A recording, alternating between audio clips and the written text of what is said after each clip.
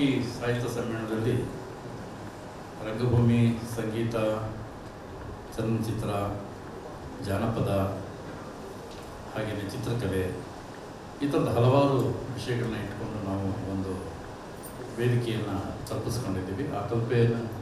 ಆ ಕಲ್ಪಿಸ್ಕೊಂಡಂಥ ವೇದಿಕೆನೇ ಸಂಸ್ಕೃತಿ ಸಂಪದ ಅಂತ ಹೇಳಿ. ಇವತ್ತು ಈಗ ಸಮಕಾಲೀನ ಸಂಗೀತ ಸರ್ ಒಂದು ನಿಮಿಷ, ನಮಗೆಲ್ಲ ತಲೆ ಲಾಚೆ ಹೊಟ್ಟೋಗಿದೆ.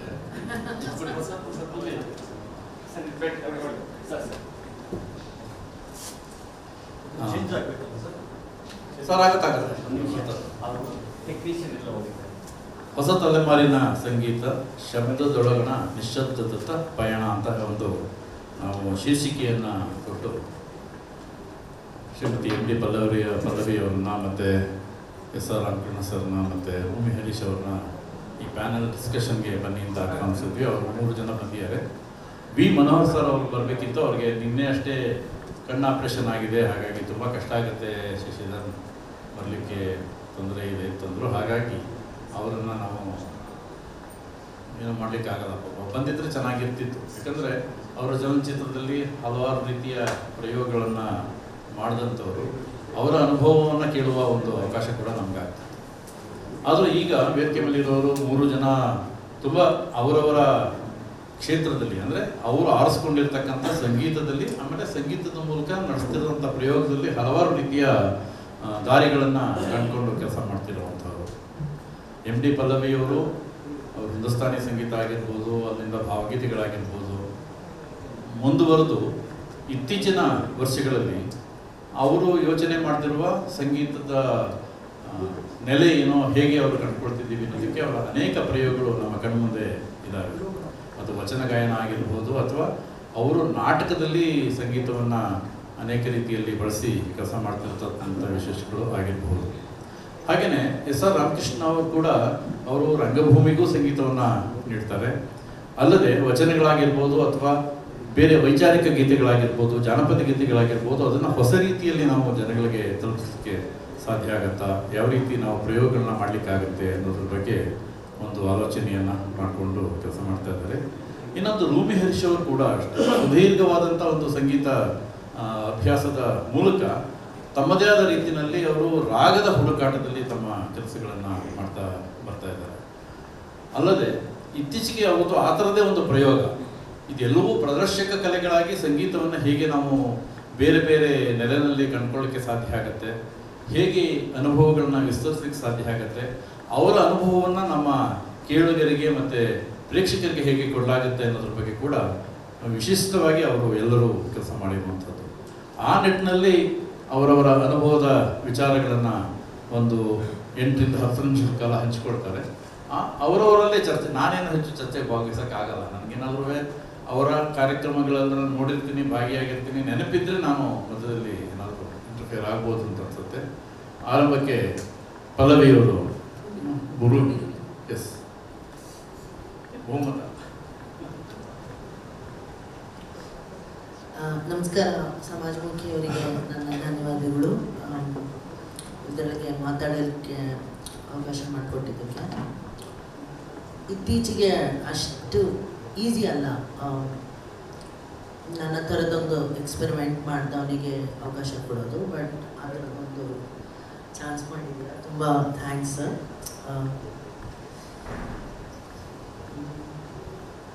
ನನಗೆ ಸಂಗೀತದಲ್ಲಿ ಮೊದಲಿಂದ ತುಂಬ ವಿಷಯಗಳ ಬಗ್ಗೆ ತಕರಾರಿತ್ತು. ಒಂದು ದೇವರು, ಒಂದು ಭಕ್ತಿ, ತಾಳಾರೆ ತಡ್ಕೊಳ್ಳಾರೆ, ಅದ್ರ ಮೇಲೆ ಡ್ರೆಸ್ಸು, ಎಟಿಕ್ವೆಟ್ಸ್ ಏನು ಹೇಳ್ತಾರೆ, ನಡವಳಿಕೆ, ಆಚಾರ, ಅದು ಹಂಗಂತ ಅದೆಲ್ಲ ತುಂಬ ಜೆಂಡರ್ ಬೇಸ್ಡ್ ಆಗಿತ್ತು. ಸಂಗೀತ ಎಷ್ಟು ಫ್ರೀ ಇದೆಯೋ ಅದರ ಸುತ್ತ ಇರೋ ಅಷ್ಟು ವಿಷಯಗಳು ಸಮಾಜದಲ್ಲಿ ಏನಿದೆಯೋ ಅದೇ ರೀತಿಯಲ್ಲಿ ಇದ್ದಿದ್ದ ಕಾರಣಕ್ಕೆ ನಾನು ಹೊರಬೀಳ್ತಾ ಬಂದೆ. ಆ್ಯಂಡ್ ಫೈನಲಿ ನನ್ನ ಮನಸ್ಸಿನಲ್ಲಿರುವಂಥ ಡಿಸ್ಫೋರಿಯಾ ಅಡ್ರೆಸ್ ಮಾಡಿ ನಾನು ಟ್ರಾನ್ಸ್ಜೆಂಡರ್ ಆದಾಗ ಅದೊಂದು ದೊಡ್ಡ ರಿಸ್ಕ್ ನಾನು ತೊಗೊಂಡಿದ್ದು. ನಾನು ವಾಯ್ಸ್ ಹೋಗುತ್ತೆ ಅಂತ ನನಗೆ ಅಷ್ಟಾಗಿ ಗೊತ್ತಿರಲಿಲ್ಲ. ಬಟ್ ಗೊತ್ತಿತ್ತು, ಗೊತ್ತಿಲ್ಲ ಅಂತಲ್ಲ, ಗೊತ್ತಿತ್ತು. ಆದರೆ ಈ ಥರ ಆಗುತ್ತೆ ಅಂತ ಅಂದ್ಕೊಂಡಿರಲಿಲ್ಲ. ದಟ್ 2 ವರ್ಷ ನಾನು ಹಾಡೋಕ್ಕೆ ಆಗಿಲ್ಲ. ನನ್ನ ಪಿಚ್ ಫುಲ್ ಲೋ ಆಗ್ತಾ ಬಂತು. ಮೊದಲಿನ ಥರ ಹೈ ಪಿಚ್ಚಲ್ಲಿ ಹಾಡೋದು, ಸಾನಿಸೆ ಹಾಡೋದು ಅದೆಲ್ಲ ತುಂಬ ಕಷ್ಟ ಆಗುತ್ತೆ. ಅದಾದಮೇಲೆ ನಾನು ಸ್ಟಾರ್ಟಿಂಗ್ ಫಸ್ಟ್ ಮಾತಾಡಿದ್ದೆ ಪಲ್ವಿ ಹತ್ರ. ಐ ಥಿಂಕ್ ನನಗೆ ಚೆನ್ನಾಗಿ ನೆನಪಿದೆ. ಒಂದು ಇದರಲ್ಲಿ ಕೇಳಿದೆ ನಾನು ಹಾಡಬೇಕಾದ್ರೆ ಏನು ಮಾಡಬೇಕು ಅಂತ ಹೇಳಿ. ಹಾಗೆ ನನ್ನ ಹುಡುಕಾಟ ಶುರುವಾಗಿ ನಾನು ಸುಮಾರು ಜನ ಮಾತಾಡಿದ್ದೆ ಸಂಗೀತಗಾರರ ಹತ್ರ. ಆ್ಯಂಡ್ ಫೈನಲಿ ನನಗೆ ಸಿಕ್ಕ ಗುರು ಅಂತಂದರೆ ಗುರುಗಿಂತ ಫ್ರೆಂಡ್ ರಾಜೀವ್ ತಾರ್ನಾಥ್ ಅವರು ನನ್ನ ರಾಜೀವ್ ಅಂತ ಕರಿ ಸಾಕು, ಗುರು ಗಿರು ಅಂತೆಲ್ಲ ಕರಿಬೇಡ, ನಮ್ಮ ಕಾಲಿಗೆ ಬೀಳೋದು ಅವಶ್ಯಕತೆ ಇಲ್ಲ, ವಿ ಕಾಮ್ ಈಸ್ ಯುನೋ ಅಂತಂದಿದ್ರು. So from there it's all started. ತುಂಬ ಚೆನ್ನಾಗಿತ್ತು ಅವ್ರ ಜೊತೆ ಒಡನಾಟ. ಅವರೇ ಆ್ಯಕ್ಚುಲಿ ನನಗೆ ಫೋನ್ ಮಾಡಿ ಕೇಳಿದ್ದು, do you want to kind of talk to me about transition ಅಂತಂದ್ರು. ನಾನು ಹೆದರ್ಕೊಂಡ್ಬಿಟ್ಟೆ. ಇನ್ನು ಮಿಕ್ಕ ಎಲ್ಲ ಕೆಟ್ಟ ಕ್ಯೂರಿಯಾಸಿಟಿಯಿಂದ ಕೇಳುವಂಥ ಪ್ರಶ್ನೆಗಳೇ ಬರುತ್ತೆ. ನಾವು ಈ ಮನುಷ್ಯ ಯಾಕೆ ಹಿಂಗೆ ಮಾತಾಡ್ತಾ ಇದ್ದಾರೆ ಅಂತ ಯೋಚನೆ ಮಾಡಿದ್ರು. I am talking about the voice ಕಣೋ ಅಂತಂದ್ರು. That's where the whole thing started. ನಾನೊಂದು ಪ್ರಾಸೆಸ್ಸಲ್ಲಿ ಆ 2 ವರ್ಷ ಹಾಡೋಕ್ಕಾಗದೇ ಇರುವಾಗ ಐ ಸ್ಟಾರ್ಟೆಡ್ ಥಿಂಕಿಂಗ್, ನಾನು ಮೇಯ್ನಾಗಿ ಹಾಡೋದು ಖಯಾಲ್ ಮತ್ತು ಠುಮ್ರಿ. ನನಗೆ ಅದನ್ನು ಬಿಟ್ಟು ಬೇರೆ ಹಾಡೋದು ಅಷ್ಟು ಸುಲಭ ಅಲ್ಲ. ಬಿಕಾಸ್ ನಾನು ಕಲ್ತಿರೋದು ಅದು 3 ಘರಾನಾದ ಟೀಚರ್ಸ್ ಹತ್ರನೂ ಕಲ್ತಿರೋದು. ಸೊ ಹೆಚ್ಚು ಕನ್ನಡ ಹಾಡಿಲ್ಲ. ಖಯಾಲ್ ಮತ್ತು ಠುಮ್ರಿ ಅಂತ ಹೇಳುವಾಗ ಅದನ್ನು ಕ್ಲಾಸಿಕಲ್, ಠುಮ್ರಿ ಕ್ಲಾಸಿಕಲ್ ಅಲ್ಲ, ಬಟ್ ಖಯಾಲ್ ಅಂದ ತಕ್ಷಣ ಕ್ಲಾಸಿಕಲ್ ಅನ್ನೋ ಒಂದು ಬ್ರ್ಯಾಕೆಟಲ್ಲಿ ಹಾಕ್ಬಿಡ್ತಾರೆ. ಬಟ್ ನಾವು ಕ್ವೆಶ್ಚನ್ ಮಾಡ್ಕೋಬೇಕು, ವಾಟ್ ಈಸ್ ಕ್ಲಾಸಿಕಲ್ ಅನ್ನೋ, ಏನಿದು ಕ್ಲಾಸು, ಯಾವ ಕ್ಲಾಸ್ ಬಗ್ಗೆ ಮಾತಾಡ್ತಾ ಇದ್ದೀವಿ. ಆಡಿಯನ್ಸಿಂದ ಡಿಸೈಡ್ ಆಗುತ್ತಾ ನಾವು ಹಾಡೋದು ಕ್ಲಾಸಿಕಲ್ ಅಲ್ವಾ ಅನ್ನೋದು, ಅಥವಾ ಯಾರು ಹಾಡ್ತಿರೋದು, which gendered body is singing this piece for it to get recognized as classical ಪ್ರಶ್ನೆ ಬರುತ್ತೆ. ಬಿಕಾಸ್ ಈ ಕೋಟಿಸಾನ್ಸ್ ಮತ್ತು ತವಾಯಫ್ ಟ್ರೆಡಿಷನ್ಸ್ನಲ್ಲಿ ನೋಡಿದಾಗ ಅವರು ಧ್ರುಪದಮ್ಮರು ಹಾಡಿದ್ರೂ ಅವ್ರು ಕ್ಲಾಸಿಕಲ್ ಮ್ಯೂಸಿಷಿಯನ್ಸ್ ಅಲ್ಲ. ಅವರು ಏನು ಮಾಡಿದ್ರು ಅವ್ರು ಕೋಟಿಸಾನ್ ಅಷ್ಟೇ. ಬಾಯಿ ಇಲ್ಲ ಅಂತಂದರೆ ದೇವಿ, ಇಲ್ಲಾಂದರೆ ಜಾನ್, ಇಲ್ಲಾಂದರೆ ಖಾನು, ಹೀಗೆ ಟೈಟಲ್ಸ್ ಇರ್ತಾರೆ. ಸೊ ದೇವಿ ಅಂದ ತಕ್ಷಣ ಅವ್ರು ಮದುವೆ ಆಗಿರೋರು ಅಂತ, ಬಾಯಿ ಅಂದ ತಕ್ಷಣ ಇಲ್ಲ. ಸೊ ಈ ಥರ ಕೆಲವು ಪ್ರಶ್ನೆಗಳ ಒಂದು ಹಿನ್ನೆಲೆ ಹುಡುಕಾಟ, ಅದನ್ನು ಯೋಚನೆ ಮಾಡ್ತಿರ್ಬೇಕಾದ್ರೆ ನಾನು ಅದನ್ನು ತುಂಬ ಚಿಕ್ಕ ವಯಸ್ಸಿಂದ ಅದ್ರ ಬಗ್ಗೆ ಯೋಚನೆ ಮಾಡೋಕ್ಕೆ ಶುರು ಮಾಡಿದೆ. ಅದರ ಬಗ್ಗೆ ತುಂಬ ಹೋಗಿ ಮಾತಾಡಿ ಎಲ್ಲ ಮಾಡ್ಕೊಂಡು ಬಂದು ನಾನು ವಿಷಯಗಳನ್ನು ಸಂಗ್ರಹಿಸಿದ್ದೇನೆ.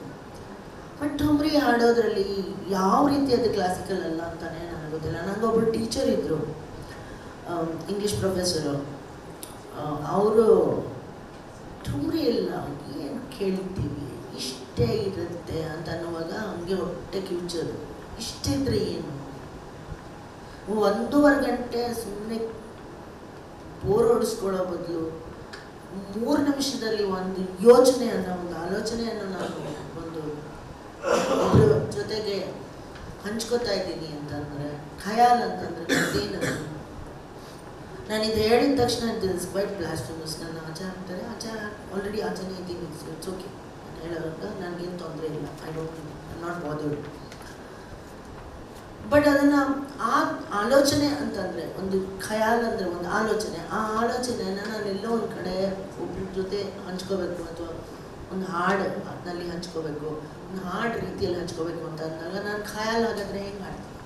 ಅವಾಗ ನನಗೆ ಯೋಚನೆ ಬಂದಿತ್ತು, let's start thinking about contemporary khayal. ಖಯಾಲ್ನಲ್ಲಿ ಅವ್ರು ಏನು ಮಾಡಿದರು, what did they do, they represented every day life. ದಯಾ बाट दूबर भई मैं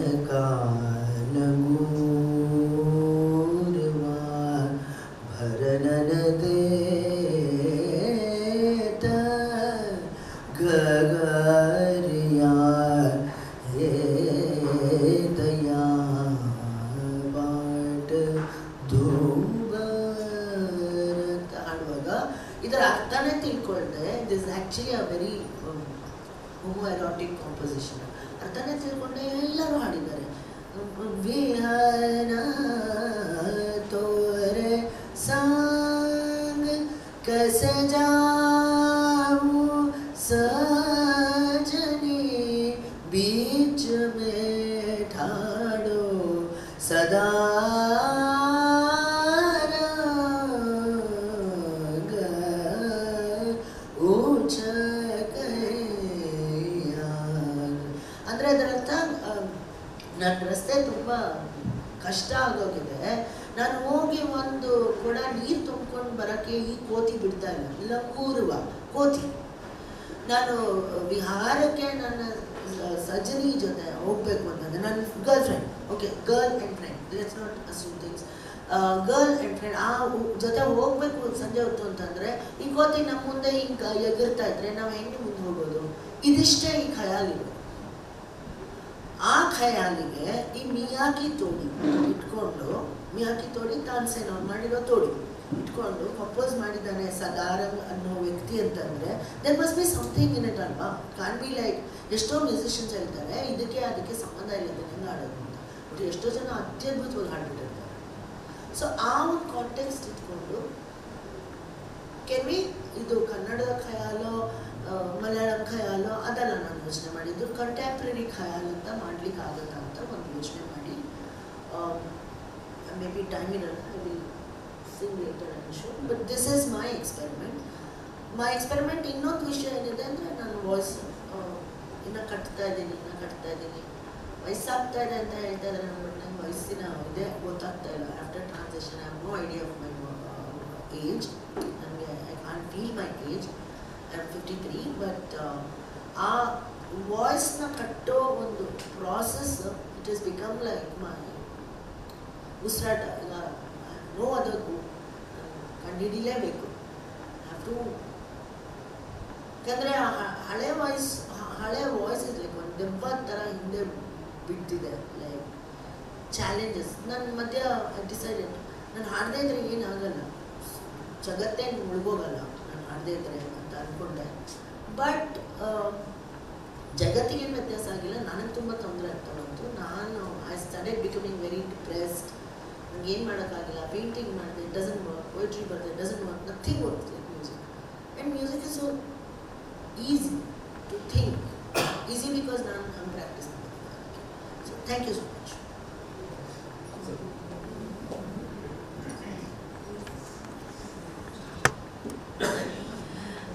ಥ್ಯಾಂಕ್ ಯು ರೂಮಿ.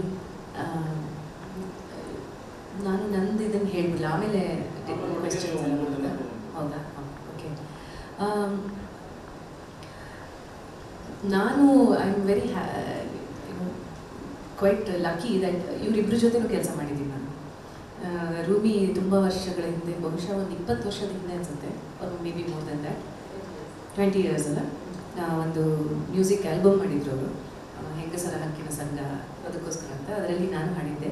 ಆ್ಯಂಡ್ ರಾಮಕೃಷ್ಣ ಅವರ ಒಂದು ವಚನ ಬ್ಯಾಂಡ್ ಏನಿದೆ ಅದನ್ನು ಅದ್ರ ಬಗ್ಗೆ ಮಾತಾಡ್ತಾರೆ ಅವರು, ಅದರಲ್ಲಿ ನಾನು ಕೂಡ I have been part of it. So this subject is very dear to ಮಿ.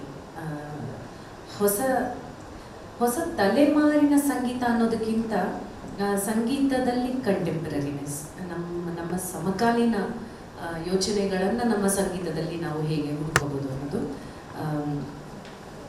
ಅದು ನನಗೆ ನಾನು ಬಹುಶಃ ದಿನನಿತ್ಯ ಹುಡುಕುವಂಥ ಒಂದು ವಿಚಾರ ಅಂತ ನನಗನ್ಸುತ್ತೆ. ನನ್ನ ನಟನೆಯಲ್ಲಿರ್ಬೋದು, ಅಥವಾ ರಂಗಭೂಮಿ ಕೆಲಸದಲ್ಲಿರ್ಬೋದು, ಅಥವಾ ಸಂಗೀತದಲ್ಲಿರ್ಬೋದು. ಆ್ಯಂಡ್ ಹಲವಾರು ಕಲಾವಿದರ ಜೊತೆ, ಮ್ಯೂಸಿಷಿಯನ್ಸ್ ಜೊತೆ ಕೊಲ್ಯಾಬೊರೇಷನ್ಸನ್ನ ಹುಡುಕುವ ಒಂದು ಏನಿದೆ, the main reason why I would collaborate with somebody ಇದೇ ಕಾರಣಕ್ಕೆ. ನನ್ನ ಬೌಂಡ್ರೀಸ್ ಏನಿದೆ ಅದನ್ನು ನಾನು ಎಷ್ಟರ ಮಟ್ಟಿಗೆ, how much can I test those boundaries in terms of form ಇರ್ಬೋದು, ಸ್ಟ್ರಕ್ಚರ್ ಇರ್ಬೋದು, ಇಮೋಷನ್ ಇರ್ಬೋದು, ಎಕ್ಸ್ಪ್ರೆಷನ್ ಇರ್ಬೋದು, ಇದೆಲ್ಲವನ್ನು ಹೊಸ ರೀತಿಯಲ್ಲಿ ನಾನು ನನಗೆ ನಾನೇ ಹೇಗೆ ಕಂಡುಕೋಬಹುದು ಅಂತ ಆ ಹುಡುಕಾಟದಲ್ಲಿ ನಾನು ಬೇರೆ ಬೇರೆ ಕಲಾವಿದರ ಜೊತೆ ಕೊಲ್ಯಾಬರೇಟ್ ಮಾಡ್ತೇನೆ. ಒಂದು 4-5 ನನ್ನ ಇತ್ತೀಚಿನ ಕೊಲ್ಯಾಬರೇಷನ್ಸ್ ಬಗ್ಗೆ ಹೇಳ್ತೀನಿ ಅಥವಾ ನನ್ನ ಎಕ್ಸ್ಪೆರಿಮೆಂಟ್ಸ್ ಬಗ್ಗೆ ಹೇಳ್ತೀನಿ. ಒಂದೇನೆಂದರೆ, ನಾನು ಸುಗಮ ಸಂಗೀತದಲ್ಲಿ ಹಾಡುವ ಭಾವಗೀತೆಗಳು ಒಂದು ಪಾರ್ಟ್ ಆಫ್ ಇಟ್ ಇರ್ಬೋದು, ನನ್ನ ಜೀವನದ ಒಂದು ಭಾಗ.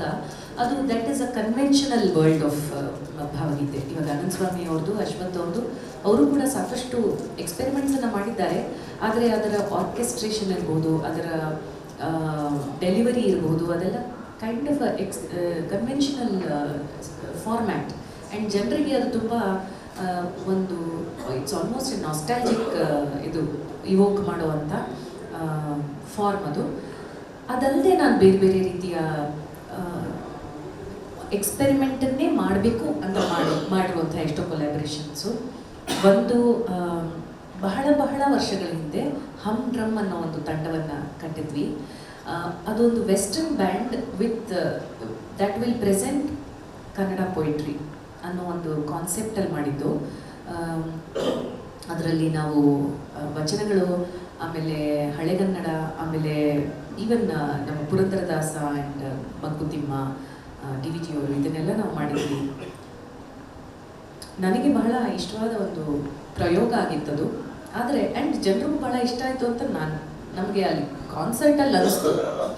ಆದರೆ ಅದಕ್ಕೆ ಎಷ್ಟು ಬ್ಯಾಕ್ಲ್ಯಾಶ್ ನಮಗೆ ಬಂತು, ನನಗೆ ಪರ್ಸ್ನಲಿ ಬಂತು ಅಂದರೆ ಐ ವಾಸ್ ಕ್ವೈಟ್ ಸರ್ಪ್ರೈಸ್ಡ್. ಪುರಂದರದಾಸರ ರೊಕ್ಕ ಹಾಡು, ಮಕ್ಕಳ ಮರಿಗಳ ಮಾಡೋದು ರೊಕ್ಕ ರೊಕ್ಕ ಅಂದರೆ ತುಂಬ ಚೆನ್ನಾಗಿದೆ ಅದು ಪದ್ಯ. ಅದನ್ನು ಒಂದು ರೆಗೆ ಫಾರ್ಮ್ಯಾಟಲ್ಲಿ ಹಾಡಿದ್ವಿ ನಾವು. ನೀವು ರೆಗೆಯನ್ನು ನೋಡಿದ್ರೆ, ಅದರ ಹಿಸ್ಟ್ರಿಯನ್ನು ನೋಡಿದ್ರೆ ಅದು ಶ್ರೀಮಂತರ ಸಂಗೀತ ಅಲ್ಲ, ಅದು ಕೂಡ ಕಾಮನ್ ಮ್ಯಾನ್ ಸಂಗೀತ. ಸೊ ಆ ರೆಗ್ಗೆ ಫಾರ್ಮ್ಯಾಟಲ್ಲಿ ಮಕ್ಕಳ ಮರಿಗಳ ಮಾಡೋದು ರೊಕ್ಕ ಅಂತ ಹಾಡಿದ್ದು ಎಷ್ಟು ಜನ ಒಫೆಂಡ್ ಆಗಿಬಿಟ್ರು ಅದರಿಂದ. ಅಂದರೆ ತುಂಬ ಕೆಟ್ಟದಾಗಿ ನನಗೆ ಈ ಮೆಸೇಜಸ್ ಎಲ್ಲ ಮಾಡಿದ್ರು. They could not digest it, ಅಂದರೆ ಅವ್ರಿಗೆ ಅದು ಒಪ್ಪಿಗೆ ಆಗಲಿಲ್ಲ. ಮತ್ತು ಮಂಕುತಿಮ್ಮನ ನೀವು ಡ್ರಮ್ಸ್ ಜೊತೆ ಹಾಡಿದ್ರಿ ಅನ್ನೋದೇ ಒಂದು ದೊಡ್ಡ ಇದು ಬಂದ್ಬಿಡ್ತು ನನ್ನ ಮೇಲೆ. ಎಷ್ಟರ ಮಟ್ಟಿಗೆ ಅಂದರೆ, ನಾನು ಬೇರೆ ಕಡೆ ಕಾರ್ಯಕ್ರಮ ಕೊಡ್ತಾ ಇದ್ದಾಗ ಕೆಲವರು ಬಂದು ವೇದಿಕೆ ಮೇಲೆ ಮುಂದೆ ನಿಂತು ನನ್ನ ಹಾಡು ಮುಗಿಯೋವರೆಗೂ ಧಿಕ್ಕಾರ ಅಂತ ಕೂಗ್ತಾ ಇದ್ರು. And it was really amusing because I first of all thought, am I so important that they had to do this? So it was really, ನನಗೆ ಒಂಥರ ಶಾಕ್ ಆಯಿತು ದಟ್ ನನ್ನ ಪ್ರಕಾರ ಇಟ್ ವಾಸ್ ನಾಟ್ ಸಚ್ ಏನಂತಾರೆ, ಒಂದು ಅವಾಂಗಾರ್ಡ್ experiment ಆಗಿರಲಿಲ್ಲ ಅದು. It's just simple ಇದು ವೆರಿ ಸಿಂಪಲ್ ಎಕ್ಸ್ಪೆರಿಮೆಂಟ್. ಅಷ್ಟಕ್ಕೆ ಇಷ್ಟೊಂದು ಬ್ಯಾಕ್ಲ್ಯಾಶ್ ಅಂತ. ಅದು if you can imagine a reggae beat, it was like this: ಮಕ್ಕಳ ಮರಿಗಳ ಮಾಡೋದು ರೊಕ್ಕ ರೊಕ್ಕ, ಈ ಥರ. ಅಂದರೆ the expression is very much Indian. ನಾನು ಮಕ್ಕಳ ಮರಿಗಳ ಅಂತ ಹಾಡಲಿಲ್ಲ. I did not westernise the expression, but the arrangement was reggae. ನನಗೆ ತುಂಬ ಶಾಕ್ ಆಯಿತು, ಈ ಥರದ ಒಂದು ಸಿಂಪಲ್ ಎಕ್ಸ್ಪೆರಿಮೆಂಟೇಷನ್ ಇಷ್ಟು ಅಂತ. May be because we did Purandaradasa ಅಥವಾ DVG, ಅದು ಬಹುಶಃ ಕೆಲವರ ಸಂಪತ್ತು ಮಾತ್ರ ಅಂತ ಆ ಒಂದು ಮೆಸೇಜನ್ನ ಕೊಡೋದಕ್ಕೆ ಹಂಗೆ ಮಾಡಿದ್ರು ಏನೋ ಗೊತ್ತಿರಲಿಲ್ಲ. But this was many years ago, may be 15 years ಅಗೋ ಇದಾಗಿತ್ತು. ಮೋರ್ ದೆನ್ 20 years ಅಗೋ ಆಗಿತ್ತು. ಅದಾದಮೇಲೂ ನಾನು I have been regularly experimenting. ಅದಾದಮೇಲೆ ಒಂದು ಏನಂತೀನಿ, ಇತ್ತೀಚೆಗೆ ನಾನು ಮಾಡಿರೋಂಥ ಒಂದು ಎಕ್ಸ್ಪೆರಿಮೆಂಟೇಷನು, ಒಂದು ವಚನ ಬ್ಯಾಂಡ್. ನಮ್ಮದು ಒಂದು ವಚನ ಬ್ಯಾಂಡನ್ನು ಕ್ರಿಯೇಟ್ ಮಾಡಿದ್ದೀವಿ. ವಚನ ಬ್ಯಾಂಡ್ ಅನ್ನೋಕ್ಕಿಂತ ವಚನಗಳನ್ನು ಹಾಡ್ತಾ ಇದ್ದೀವಿ, ಅದರ ಜೊತೆ ಶಿಶುನಾಳ್ ಶರೀಫ್ ಇರಬಹುದು ಅಥವಾ ನಮ್ಮ ಮರಾಠಿ ಇದು ಭಕ್ತಿ ಮೂವ್ಮೆಂಟ್ ಪೋಯಿಟ್ಸು, ಜನಾಬಾಯಿ ಅಂಥದ್ದೆಲ್ಲ, ಅದನ್ನು ನಾವು ಒಂದು ಬ್ಯಾಂಡ್ ಇದರಲ್ಲಿ ಫಾರ್ಮ್ಯಾಟಲ್ಲಿ ಹಾಡ್ತಾ ಇದ್ದೀವಿ. ಬ್ರೂಸ್ಲಿ ಮಣಿ ಮತ್ತು ನಾನು ಇಬ್ಬರು ಸೇರಿಕೊಂಡು ಮಾಡಿರೋಂಥ ಒಂದು ಎಕ್ಸ್ಪೆರಿಮೆಂಟ್. ಆ್ಯಂಡ್ ಇವಾಗ ಬಹುಶಃ ಅದನ್ನು ಇನ್ನೂ ಜನ ಓಪನ್ ಆಗಿ they are accepting it. Maybe the people who heard that are not hearing this anymore or maybe they have also accepted it. ಇನ್ನೂ ಕೆಟ್ಟದಾಗಿರೋದು ಬಂದಿದೆ, ಇದೇ ಪರವಾಗಿಲ್ಲ ಅಂತ ಬಿಟ್ಬಿಟ್ಟಿದ್ದಾರೆ ಗೊತ್ತಿಲ್ಲ. But the idea is to ನನಗೆ ಈಗ ವೆಸ್ಟು ಈಸ್ಟು ಇದೆಲ್ಲ ಇದನ್ನು ದಿಸ್ ಇಸ್ ಆಲ್ ಇವಾಗ ಘರಾಣ ಅಂದ್ರೆ ಏನು ಅಂತ ನಮಗೆ ಕ್ವೆಶ್ಚನ್ ಆಗುತ್ತಲ್ವ ಹಿಂದೂಸ್ತಾನಿನಲ್ಲಿ. ಅದೇ ರೀತಿ ನಮಗೆ ವೆಸ್ಟ್ ಅಂದ್ರೇನು ಇದಂದ್ರೇನು ಇಂಡಿಯನ್ ಅಂದ್ರು ಎಲ್ಲ ಮಿಶ್ರಣ ಆಗ್ಬಿಟ್ಟಿದೆ ಇವಾಗ. ಅಫ್ಕೋರ್ಸ್ ತುಂಬ ಪ್ಯೂರಾಗಿ ನಾವು ಹಿಂದೂಸ್ತಾನಿ ಪ್ರೆಸೆಂಟ್ ಮಾಡ್ಬೇಕಾದ್ರೆ, ಕರ್ನಾಟಿಕ್ ಪ್ರೆಸೆಂಟ್ ಮಾಡ್ಬೇಕಾದ್ರೆ, ಅಥವಾ ಯಾವುದಾದ್ರೂ ಒಂದು ಫೋಕ್ ಇಡಿಯಮ್ ಪ್ರೆಸೆಂಟ್ ಮಾಡ್ಬೇಕಾದ್ರೆ there are very strong boundaries within which are the format within which we stay. But ನಮ್ಮ ಚಿತ್ರಗೀತೆಗಳನ್ನು ಕೇಳಿದ್ರೆ ನಮ್ಮ ಕಂಟೆಂಪ್ರರಿ ಜಗತ್ತಲ್ಲಿ ನಾವು even the way we talk, the way what are we wearing, what are we doing, ಎಲ್ಲವೂ there is a kind of fusion in it, fluidity in it ಅಂತ ಅನ್ಸುತ್ತೆ. So ಇದನ್ನು ನಾನು ತುಂಬ ಒಂಥರ ವೆಸ್ಟರ್ನ್ ಅಂತ ಹೇಳಲ್ಲ, ಬಟ್ ಒಂದು ಕಂಟೆಂಪ್ರರಿ ಪ್ರೆಸೆಂಟೇಷನ್ ಇದೆ ಅದರಲ್ಲಿ ಅಂತ ಹೇಳ್ತೀನಿ. ಅದಲ್ಲದೆ ಒಬ್ಬ ಜರ್ಮನ್ ಮ್ಯೂಸಿಷಿಯನ್ ಜೊತೆ ನಂದು ಒಂದು 10 ವರ್ಷದಿಂದ ಕೊಲ್ಯಾಬರೇಷನ್ ಇದೆ. ಆ ಜರ್ಮನ್ ಮ್ಯೂಸಿಷಿಯನ್ನು ಅವರು ಹೀಸ್ ಏನಂತಾರೆ electronic musician and he does sensor music, ಅಂದರೆ ಒಂದು ಸೆನ್ಸರ್ಗಳನ್ನ ಇಟ್ಕೊಂಡು ವಿಜುವಲ್ ಮ್ಯೂಸಿಕನ್ನು ಕ್ರಿಯೇಟ್ ಮಾಡ್ತಾರೆ ವಿತ್ ಎಲೆಕ್ಟ್ರಾನಿಕ್ ಮ್ಯೂಸಿಕ್. ಅವ್ರ ಜೊತೆ ನನ್ನ ಏನಂತಾರೆ ಎಕ್ಸ್ಪೆರಿಮೆಂಟ್ಸ್ ನಡೀತಾ ಇರುತ್ತೆ ಒಂದು 10 ವರ್ಷದಿಂದ ಇದೆ. ಹೋದ ವರ್ಷ ತಾನೇ ನಾವು we released LP in Germany. ಎಲ್ಲ ಹಾಡುಗಳು ಕನ್ನಡದ ಹಾಡುಗಳೇ. So it was release there in Germany and what is very comforting is across the world people are very open to listening to something that they don't know. ನಾವು ಇದನ್ನು ಜಪಾನಲ್ಲಿ perform ಮಾಡಿದಾಗ ಇಡೀ ಕಾರ್ಯಕ್ರಮ ಕೂತು ಒಂಚೂರು ಅಲ್ಲಾಡದೆ ಕೂತು ಒಬ್ಸರ್ವ್ ಮಾಡಿದ್ರು, ಕೇಳಿದ್ರು ಅಷ್ಟೇ ಅಲ್ಲ, ನೋಡಿದ್ರು, ಒಬ್ಸರ್ವ್ ಮಾಡಿದ್ರು.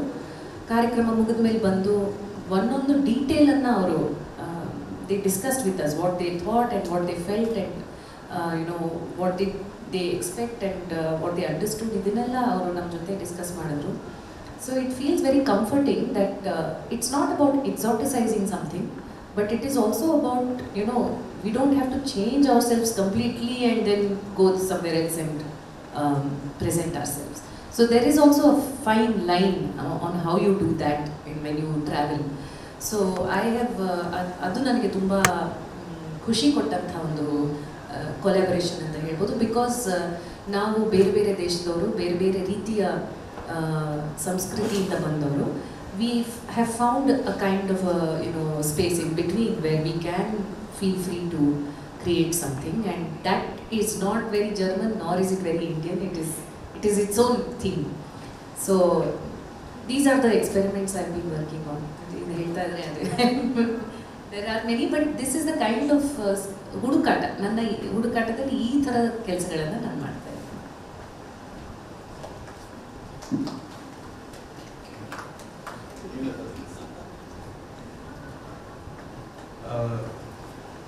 Thank you ರೂಮಿ, Pallavi and Shashidhar ಅವರಿಗೆ ಇಲ್ಲಿ ಇವರಿಬ್ಬರ ಮಾತನ್ನು ಕೇಳೋದಕ್ಕೆ ನನಗೆ ಅವಕಾಶ ಮಾಡಿಕೊಟ್ಟಿದ್ದಕ್ಕೆ ಥ್ಯಾಂಕ್ ಯು.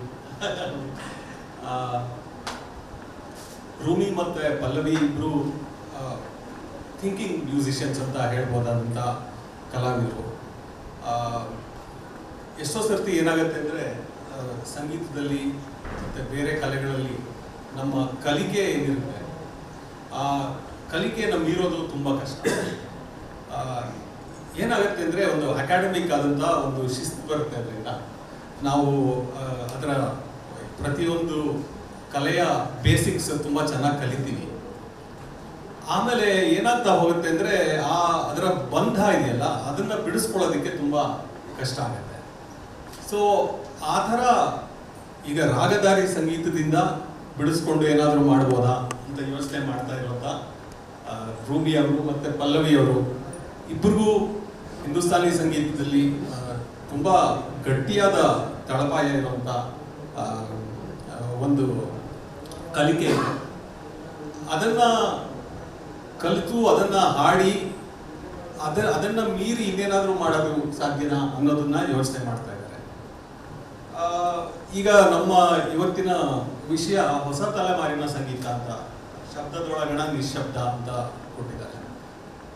ಹೊಸ ತಲೆಮಾರು ಅಂದರೆ ಇದು ಒಂದು ಯಾವಾಗಲೂ ಬರೋ ಬಿಕ್ಕಟ್ಟು ಏನಪ್ಪ ಅಂದರೆ ಯಾರು ಹೊಸ ತಲೆಮಾರು ಮತ್ತೆ ಹೊಸ ತಲೆಮಾರು ಎಲ್ಲ ಒಂದೇ ಥರ ಯೋಚನೆ ಮಾಡ್ತಾ ಇದ್ದಾರೆ. ನಮ್ಮ ನ್ಯೂಸ್ ಪೇಪರ್ಗಳಲ್ಲಿ ಕೂಡ ಏನು ಹೇಳ್ತಾರೆ ಅಂದರೆ, ನಾನು ಪತ್ರಿಕೆಯಲ್ಲಿ ಕೆಲಸ ಮಾಡೋದ್ರಿಂದ ಹೇಳ್ತೀನಿ, ನೀವು ಯಂಗ್ ಪೀಪಲ್ಗೆ ಪತ್ರಿಕೆ ಮಾಡಬೇಕು, ಅವರು ಓದುಗರಾಗಬೇಕು ಅಂತ. ಸೊ ಏನಾಗುತ್ತೆ ಅಂದರೆ ಅವರಿಗೆಲ್ಲ ಒಂದೇ ಥರದ ಟೇಸ್ಟು, ಅವ್ರು ಒಂದೇ ಥರದ ಸಂಗೀತ ಕೇಳ್ತಾರೆ, ಒಂದೇ ಥರ ಸಿನಿಮಾ ನೋಡ್ತಾರೆ ಅನ್ನೋದು ಒಂದು ಇದ್ರ ಹಿಂದಿನ ಒಂದು ಐಡಿಯಾ. ಆದರೆ ಅದು ತುಂಬ ಸುಳ್ಳು. ಯಾಕೆಂದರೆ ಎಷ್ಟು ಡೈವರ್ಸಿಟಿ ಇದೆ ಅಂದರೆ, ನಾವು ದೊಡ್ಡ ವಯಸ್ಸಾದವರಲ್ಲಿ ಎಷ್ಟು ಡೈವರ್ಸಿಟಿ ಇದೆಯೋ ಚಿಕ್ಕ ವಯಸ್ಸಿನವರಲ್ಲೂ ಅದೇ ಥರದ ವೈವಿಧ್ಯತೆ ಇರುತ್ತೆ, ಕೇಳೋದ್ರಲ್ಲಿ, ನೋಡೋದ್ರಲ್ಲಿ, ಮತ್ತು ಆಚಾರ ವಿಚಾರದಲ್ಲಿ. ಸೊ ಒಂದು ಹೊಸ ತಲೆಮಾರು ಅನ್ನೋದನ್ನ ಕಾಂಟೆಂಪರರಿ ಅಂದರೆ ಸಮಕಾಲೀನ ಅಂತ ಪಲ್ಲವಿಯವರು ತುಂಬ ಚೆನ್ನಾಗಿ ಡಿಫೈನ್ ಮಾಡಿದ್ರು. ಅದನ್ನು ಸಮಕಾಲೀನ ಅಂದರೆ ಇವತ್ತು ನಮ್ಮ ಸುತ್ತಲೂ ನಾವು ಕೇಳ್ತಾ ಇರೋದೇನು ಅನ್ನೋದನ್ನ ನಾವು ಕೇಳ್ಕೊಂಡಾಗ ಅದಕ್ಕೆ ಒಂದು ಡಿಫೈನ್ ಮಾಡೋದಕ್ಕೆ ಸಾಧ್ಯ ಅಂತ ಅನ್ಸುತ್ತೆ. ಈ ಸಂಗೀತದಲ್ಲಿ ಹೊಸದು ಅಂದ್ರೆ ಏನಪ್ಪಾ ಅಂದ್ರೆ, ಈ ಪ್ರತಿ ವಿಷಯದಲ್ಲಿ ಇದ್ದಂಗೆ ಆಚಾರ ವಿಚಾರ, ನಮ್ಮ ಯೋಚನೆ ಮಾಡೋ ಕ್ರಮ, ಅದರಲ್ಲಿದ್ದಂಗೆ ದೇಶ ಕಾಲ ಎರಡೂ ಒಂದು ದೊಡ್ಡ ಭಾಗ. ಅದರಲ್ಲಿ ನಾನು ಬೆಂಗಳೂರಲ್ಲಿದ್ದರೆ ನಾನು ಕೇಳೋವಂಥ ಸಂಗೀತನೇ ಬೇರೆ, ನಾನು ನ್ಯೂಯಾರ್ಕಲ್ಲಿದ್ದರೆ ಕೇಳೋ ಸಂಗೀತನೇ ಬೇರೆ, ಬಾಂಬೆಲಿದ್ದರೆ ಕೇಳೋ ಸಂಗೀತನೇ ಬೇರೆ. ಹಾಗಾಗಿ ನನ್ನ ಕಿವಿಗೆ ಏನೇನು ಬಿದ್ದಿರುತ್ತೋ ಅದು ನನಗೆ ಹಳೆ ಸಂಗೀತ, ನನ್ನ ಕಿವಿಗೆ ಬೀಳದೆ ಇರೋದನ್ನ ನಾನು ಹೊಸದಾಗಿ ಕೇಳಿದಾಗ ಅದು ಹೊಸ ಸಂಗೀತ ಆಗುತ್ತೆ. ಸೊ ಹಾಗಾಗಿ ಹೊಸ ಸಂಗೀತ ಅಂತ ನಾವು ಡಿಫೈನ್ ಮಾಡ್ಕೊಳಕ್ ಹೋದಾಗ ನಮಗೂ ಹೊಸದು ಅದು ಹಿಂದೆಲ್ಲೋ ಅದು ಹಳೇದಿರ್ಬೋದು. ಅದು ಆಮೇಲೆ ಎರಡು ಸಂಗೀತಗಳು ಒಟ್ಟಾಗಿ ಏನೋ ಹೊಸದು ನಮ್ಗೆ ಕೇಳ್ತಾ ಇರ್ಬೋದು. ಅದನ್ನ ಸಿನಿಮಾ ಸಂಗೀತದಲ್ಲಿ ನಾವು ಯಾವಾಗಲೂ ನೋಡ್ತಾ ಇರ್ತೀವಿ. ಸೊ ಹೀಗೆ ಇರುವಾಗ ಒಂದು ವಚನ ಅನ್ನೋ ಪ್ರಕಾರನ ತಗೊಂಡು ನಾವು ಪಲ್ಲವಿಯವರು ಮಾಡಿದ್ದಾರೆ, ರೂಮಿ ಕೂಡ ಹಾಡ್ತಾರೆ. ನಾನು ಅದನ್ನ ಏನು ಮಾಡ್ಬೋದು ಅಂತ ಯೋಚನೆ ಮಾಡಿದಾಗ ಒಂದು ವಚನಗಳು 2-3 ಪ್ರಕಾರಗಳಲ್ಲಿ ಹಾಡ್ತಾರೆ. ಕರ್ನಾಟಕ ಸಂಗೀತದಲ್ಲಿ ಹಾಡ್ತಾರೆ, ಉಳ್ಳವರು ಶಿವಾಲಯವ ಮಾಡುವರು ಅನ್ನೋದನ್ನ ಹಂಸಧ್ವನಿ, ಕರ್ನಾಟಕದಲ್ಲಿ ಹಂಸಧ್ವನಿ ನಾನು ಕೇಳಿರೋದು ಹೆಚ್ಚಾಗಿ. ಹಿಂದೂಸ್ತಾನಿಲಿ ಮಧುವಂತಿ ರಾಗದಲ್ಲಿ ಹಾಡ್ತಾರೆ, ಕೆಲವರು ಸುಗಮ ಸಂಗೀತದಲ್ಲೂ ಹಾಡ್ತಾರೆ. ಹೀಗೆ ಮಾಡಿದಾಗ ಏನಾಗುತ್ತೆ ಅಂದರೆ, ಮಧುವಂತಿ ರಾಗ ಅದರ ಮೇಲ್ಗೈ ಆಗತ್ತೆ. ಯಾಕೆಂದ್ರೆ ನಾವು ಆ ರಾಗನ ಬಿಟ್ಟು ಬೇರೆ ಏನು ಮಾಡೋದಿಲ್ಲ. ಆ ರಾಗದ ಚೌಕಟ್ಟಿನಲ್ಲೇನೆ ಒಂದು ಚೋಟಕಾಯಲ್ಲಿ ಹಾಡ್ದಂಗೆ ಒಂದು ವಚನನ ಹಾಡ್ತೀವಿ. ಸೊ ಆದರೆ ನೀವು ವಚನಕಾರರನ್ನ ನೋಡಿದಾಗ, ಶಬ್ದದೊಳಗಣ ನಿಶ್ಶಬ್ದ ಅಂತ ಅಲ್ಲಮ ಪ್ರಭು ಹೇಳಿದಾಗ, ನೀವು ಆಬ್ವಿಯಸ್ ಅಲ್ಲೇ ಇರೋದನ್ನ ನೋಡಿ ಅನ್ನೋ ಆಶಯ. ನಿಮಗೆ ಆಬ್ವಿಯಸ್ ಆಗಿ ನಿಮ್ಮ ಕಿವಿಗೆ ಬೀಳ್ತಾ ಇರೋದನ್ನು ಬಿಟ್ಟು ನೀವು ಕೇಳ್ಬೋದಾ ಅನ್ನೋದನ್ನು ಇದರೊಳಗಿದೆಯಾ? ನಿಮಗೆ ಶಬ್ದದೊಳಗಣ ನಿಶ್ಶಬ್ದ ಅನ್ನೋದನ್ನ ನಾವು ನೋಡಿದಾಗ, ಸೊ ಈ ವಚನಕಾರರನ್ನೆಲ್ಲ ನೀವು ನೋಡಿದ್ರೆ, ಬಸವಣ್ಣ ಇರ್ಬೋದು, ಅಲ್ಲಮ ಪ್ರಭು ಇರ್ಬೋದು, ಅಕ್ಕ ಮಹಾದೇವಿ ಇರ್ಬೋದು, ಅವರೆಲ್ಲ ತುಂಬ ಲರ್ನೆಡ್ ಸ್ಕಾಲರ್ಲಿ ಕವಿಗಳು. ಅಂದರೆ ಅವರಿಗೆ ಈ ಕಾವ್ಯದ ಬಂಧ ಗೊತ್ತಿರಲಿಲ್ವಾ? ಅವ್ರಿಗೆ ಛಂದಸ್ ಗೊತ್ತಿರಲಿಲ್ವಾ? ಈಗ ಅಕ್ಕ ಮಹಾದೇವಿ ಅವರ ಸ್ವರವಚನಗಳು ಅಂತ ಹೇಳ್ತಾರಲ್ಲ, ಅದು ಪುರಂದರದಾಸರ ಪದಗಳ ಥರನೇ ಇದೆ. ಅಂದರೆ ತುಂಬ ಏನಂತಾರೆ, ಹಾಡೋದಕ್ಕೆ ಅನುಕೂಲವಾಗಿರುವಂಥ ಒಂದು ಫಾರ್ಮಲ್ಲಿ ಅಕ್ಕ ಮಹಾದೇವಿಯ ವಚನಗಳು ಇದೆ. ಆದರೆ ಅವರು ಪ್ರೋಸ್ ಕಡೆ ಯಾಕೆ ಒಲಿದ್ರು?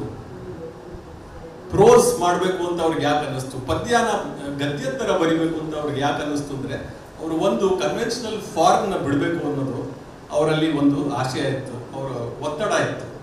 ಕನ್ವೆನ್ಷನಲ್ ಫಾರ್ಮ್ನ ಬಿಟ್ಟು ನಾನು ಪದ್ಯದ ಲಾವಣ್ಯ, ಗದ್ಯದ ಕಠೋರತೆ, ಇದು ಎರಡೂ ಇರುವಂಥದ್ದು ಒಂದು ಮಾಡ್ಬೋದಾ? ಒಂದು ಗಟ್ಟಿತನ ಹುಡುಕಕ್ಕೆ ವಚನಕಾರರು ಹೊರಟಾಗ ಬಂದಂಥ ಫಾರ್ಮು ವಚನ ಅಂತ ನನಗೆ ಎಷ್ಟೋ ಸಲ ಅನ್ಸುತ್ತೆ. ಸೊ ವಚನದಲ್ಲಿ ಏನಿದೆ ಅಂದರೆ, ನೀವು ಆಬ್ವಿಯಸ್ ಅಲ್ಲದೆ ಇರೋದನ್ನ ನೋಡಿ ಅನ್ನೋದನ್ನೇ ಯಾವಾಗಲೂ ಹೇಳ್ತಿರ್ತಾರೆ ಅಂತ ನನಗೆ ತುಂಬ ಸತಿ ಅನ್ನಿಸ್ತಾ ಇದೆ. ಹಾಗಾಗಿ ರಾಗಧಾರಿ ಸಂಗೀತದಲ್ಲಿ ಅದು ಎಷ್ಟೇ ಚೆನ್ನಾಗಿ ಕೇಳಿಸಿದ್ರು, ಬೇರೆ ಥರನೂ ಮಾಡ್ಬೋದಲ್ಲ ಅಂತ ನನಗೆ ಯಾವಾಗಲೂ ಅನ್ನಿಸ್ತಾ ಇತ್ತು. ಯಾಕೆಂದ್ರೆ ಅಲ್ಲಮ್ಮ ಪ್ರಭು ಅಬ್ಸ್ಟ್ರಾಕ್ಷನ್ ಇರ್ಬೋದು, ಅಥವಾ ಬಸವಣ್ಣ ತಾಳಮಾನ ಸರಿಸವನ ಅರಿಯೆ, ಓಜೆ ಬಜಾವಣೆ ಲೆಕ್ಕವನಿರಿಯೆ, ಅಮೃತಗಣ ದೇವಗಣ ನಾನರಿಯೆ, ಆದರೆ ನಿನಗೆ ಕೇಳಿಲ್ಲವಾಗಿ ಆನು ಒಲಿದಂತೆ ಹಾಡುವೆ, I sing as I please ಅನ್ನುವಂಥ ಬಸವಣ್ಣನ ಒಂದು ಆಶಯ ಇದೆಯಲ್ಲ, ಅದು ಈ ಒಂಥರದ ನಮ್ಮ ಕ್ಲಾಸಿಸಿಸಮ್ನ ಯಾವುದೋ ಒಂದು ಗೊಟ್ಟತನನ ಅವರು ಪ್ರಶ್ನೆ ಮಾಡ್ತಾ ಇದ್ದಾರೆ ಅಂತ ಯಾವಾಗಲೂ ಅನ್ಸುತ್ತೆ. ಕ್ಲಾಸಿಸಿಸಮ್ ಅಂತ ನಾವು ರೂಮಿ ಅವರು ಅದ್ರ ಬಗ್ಗೆ ಮಾತಾಡಿದ್ರು. ನಾನು ಒಂದ್ಸಲಿ TM ಕೃಷ್ಣ ಅವ್ರ ಜೊತೆ ಮಾತಾಡ್ತಿದ್ದಾಗ ಕ್ಲಾಸಿಸಿಸಮ್ ಅನ್ನೋದೇ ಒಂದು ಫ್ರಾಡ್ ಪದ ಅಂತ ಅವರು ಬಹಳ ಅಷ್ಟು ಅದನ್ನ ವಿರೋಧ ಮಾಡಿದ್ರು. ಆದ್ರೆ ನನಗೆ ಅಷ್ಟೊಂದು ಅದ್ರ ಬಗ್ಗೆ ಆ ಥರ ವಿರೋಧ ಇಲ್ಲ, ಯಾಕೆಂದ್ರೆ ಅದು ಕಲಿಕೆಯ ಕ್ರಮದಲ್ಲಿ ತುಂಬಾ ಬೇಕಾದಂಥದ್ದು ಅಂತ ನನಗೆ ಯಾವಾಗಲೂ ಅನ್ನಿಸ್ತಾ ಇರುತ್ತೆ. ಆ ಥರದ ಹೇಳ್ಕೊಡುವಂಥ ಕ್ರಮ ಇದೆಯಲ್ಲ ಕ್ಲಾಸಿಸಿಸಮ್ನಲ್ಲಿ, ಅದಂತೂ ಅದಕ್ಕೆ ಬೇರೆ ಆಲ್ಟರ್ನೇಟಿವ್ ಇಲ್ಲ. ಸೊ ಹಾಗಾಗಿ ವಚನಗಳಲ್ಲಿ ಕಂಡಂತ ಈ ಒಂದು ಹೊಸತನವನ್ನು ಹುಡುಕೋದಿಕ್ಕೆ ತಳ್ಳೋಂಥ ಒಂದು ಸಾಹಿತ್ಯ ಇರುವಾಗ ಅದನ್ನ ನಾವು ಬೇರೆ ಬೇರೆ ಪ್ರಕಾರಗಳಲ್ಲಿ ಮಾಡ್ಬೋದಾ, ಆಮೇಲೆ ಈ ರಾಗದ ಬಂಧವನ್ನು ಬಿಟ್ಟು, ಅಂದ್ರೆ ಅದೇನಾಗತ್ತೆ ಅಂದ್ರೆ ಈಗ ರಾಗ ನೀವು ಚೆನ್ನಾಗಿ ಕಲ್ತಿದ್ರೆ ನಿಮಗೆ ಈಗ ಫಾರ್ ಎಕ್ಸಾಂಪಲ್ ನೀವು ಶುದ್ಧ ಕಲ್ಯಾಣ ಹಾಡ್ತಾ ಇದ್ದೀರಾ, ಮೋಹನ ಕಲ್ಯಾಣಿ ಹಾಡ್ತಿದ್ದೀರಾ, ಅದರಲ್ಲಿ ಕೋಮಲ್ ಗಾಂಧಾರ ಬಂದ್ಬಿಟ್ರೆ ಅದು ಎಷ್ಟು ಇರುಸ್ಮುರುಸಾಗತ್ತೆ ಅಂದ್ರೆ ಅದು ಏನಪ್ಪ ಇದು ಆಭಾಸ ಆಗ್ಬಿಡುತ್ತೆ. ಸೊ ಅದರಲ್ಲಿ ಇಲ್ಲದೆ ಇರೋ ಸ್ವರಗಳನ್ನು ಹಾಕಿದ್ರೆ, ಆದರೆ ಈ ಬೇರೆ ಪ್ರಕಾರಗಳಲ್ಲಿ ಈ ಸಿನಿಮಾ ಸಂಗೀತದಲ್ಲಿರ್ಬೋದು, ಸುಗಮ ಸಂಗೀತದಲ್ಲಿರ್ಬೋದು, ನೀವು ಅದು ಹೆಂಗೆ ಆ ರಾಗನ ಅದ್ರದ್ದು ಏನೋ ಒಂದು ಸ್ವಲ್ಪ ಎಸೆನ್ಸ್ ತಗೊಂಡು ಇನ್ನೇನೋ ಮಾಡ್ಬೋದು, ಮಾಡಕ್ ಸಾಧ್ಯನಾ ಅಂತ ನೋಡ್ತಾ ಇರ್ತೀರಲ್ಲ.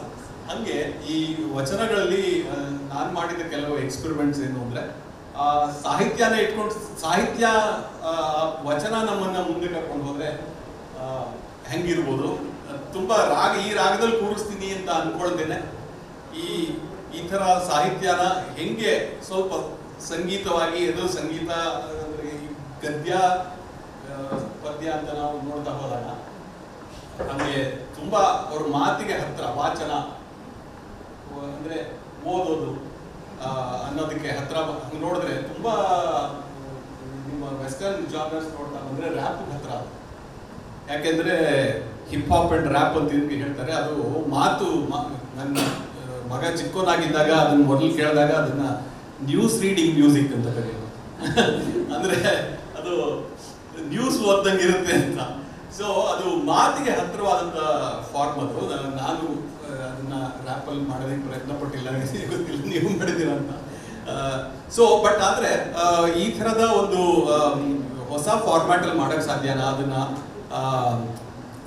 ಈಗ ತೆರಣಿಯ ಹುಳು ತನ್ನ ಸ್ನೇಹದಿಂದ ತನ್ನ ಮನೆಯ ಮಾಡಿ, ತನ್ನ ನೂಲು ತನ್ನನ್ನೇ ಸುತ್ತಿ ಸುತ್ತಿ ಸಾವಂತೆ ಮನ ಬಂಧುವ ಬಯಸಿ ಬೇವು ತಿರ್ದೆನಯ್ಯ ಅಂತ ಅಕ್ಕಮಹಾದೇವಿದು ಪದ್ಯ ಇದೆ. ನಾನು ಅದನ್ನ ಟ್ಯೂನ್ ಮಾಡಕ್ ಟ್ರೈ ಮಾಡಿದಾಗ ಅದರ ಸೆಂಟ್ರಲ್ ಮೆಟಫರ್ ಏನಪ್ಪಾ ಅಂದ್ರೆ ಸುತ್ತೋದು. ಸೊ ಆ ಸುತ್ತೋದನ್ನ ನಾವು ಮ್ಯೂಸಿಕ್ ಅಲ್ಲಿ ಮಾಡ್ಬೋದಾ ಅಂತ ನಾನು ಪ್ರಯತ್ನ ಪಟ್ಟೆ. May I request you to sing just please. ತೆರಣಿಯ ಹುಳು ತನ್ನ ಸ್ನೇಹದಿಂದ ತನ್ನ ಮನೆಯ ಮಾಡಿ, ತನ್ನ ನೂಲು ತನ್ನನ್ನೇ ಸುತ್ತಿ ಸಾವು. ತೆರಣಿಯ ಹುಳು ತನ್ನ ಸ್ನೇಹದಿಂದ ಮನೆಯ ಮಾಡಿ, ತನ್ನ ನೂಲು ತನ್ನನ್ನೇ ತಾನು ಸುತ್ತಿಸವಂತೆ. ತೆರಣಿಯ ಹುಳು ತನ್ನ ಸ್ನೇಹದಿಂದ ಮನೆಯ ಮಾಡಿ, ತನ್ನ ನೂಲು ತನ್ನನ್ನೇ ತಾನು ಸುತ್ತಿಸವಂತೆ. ಆ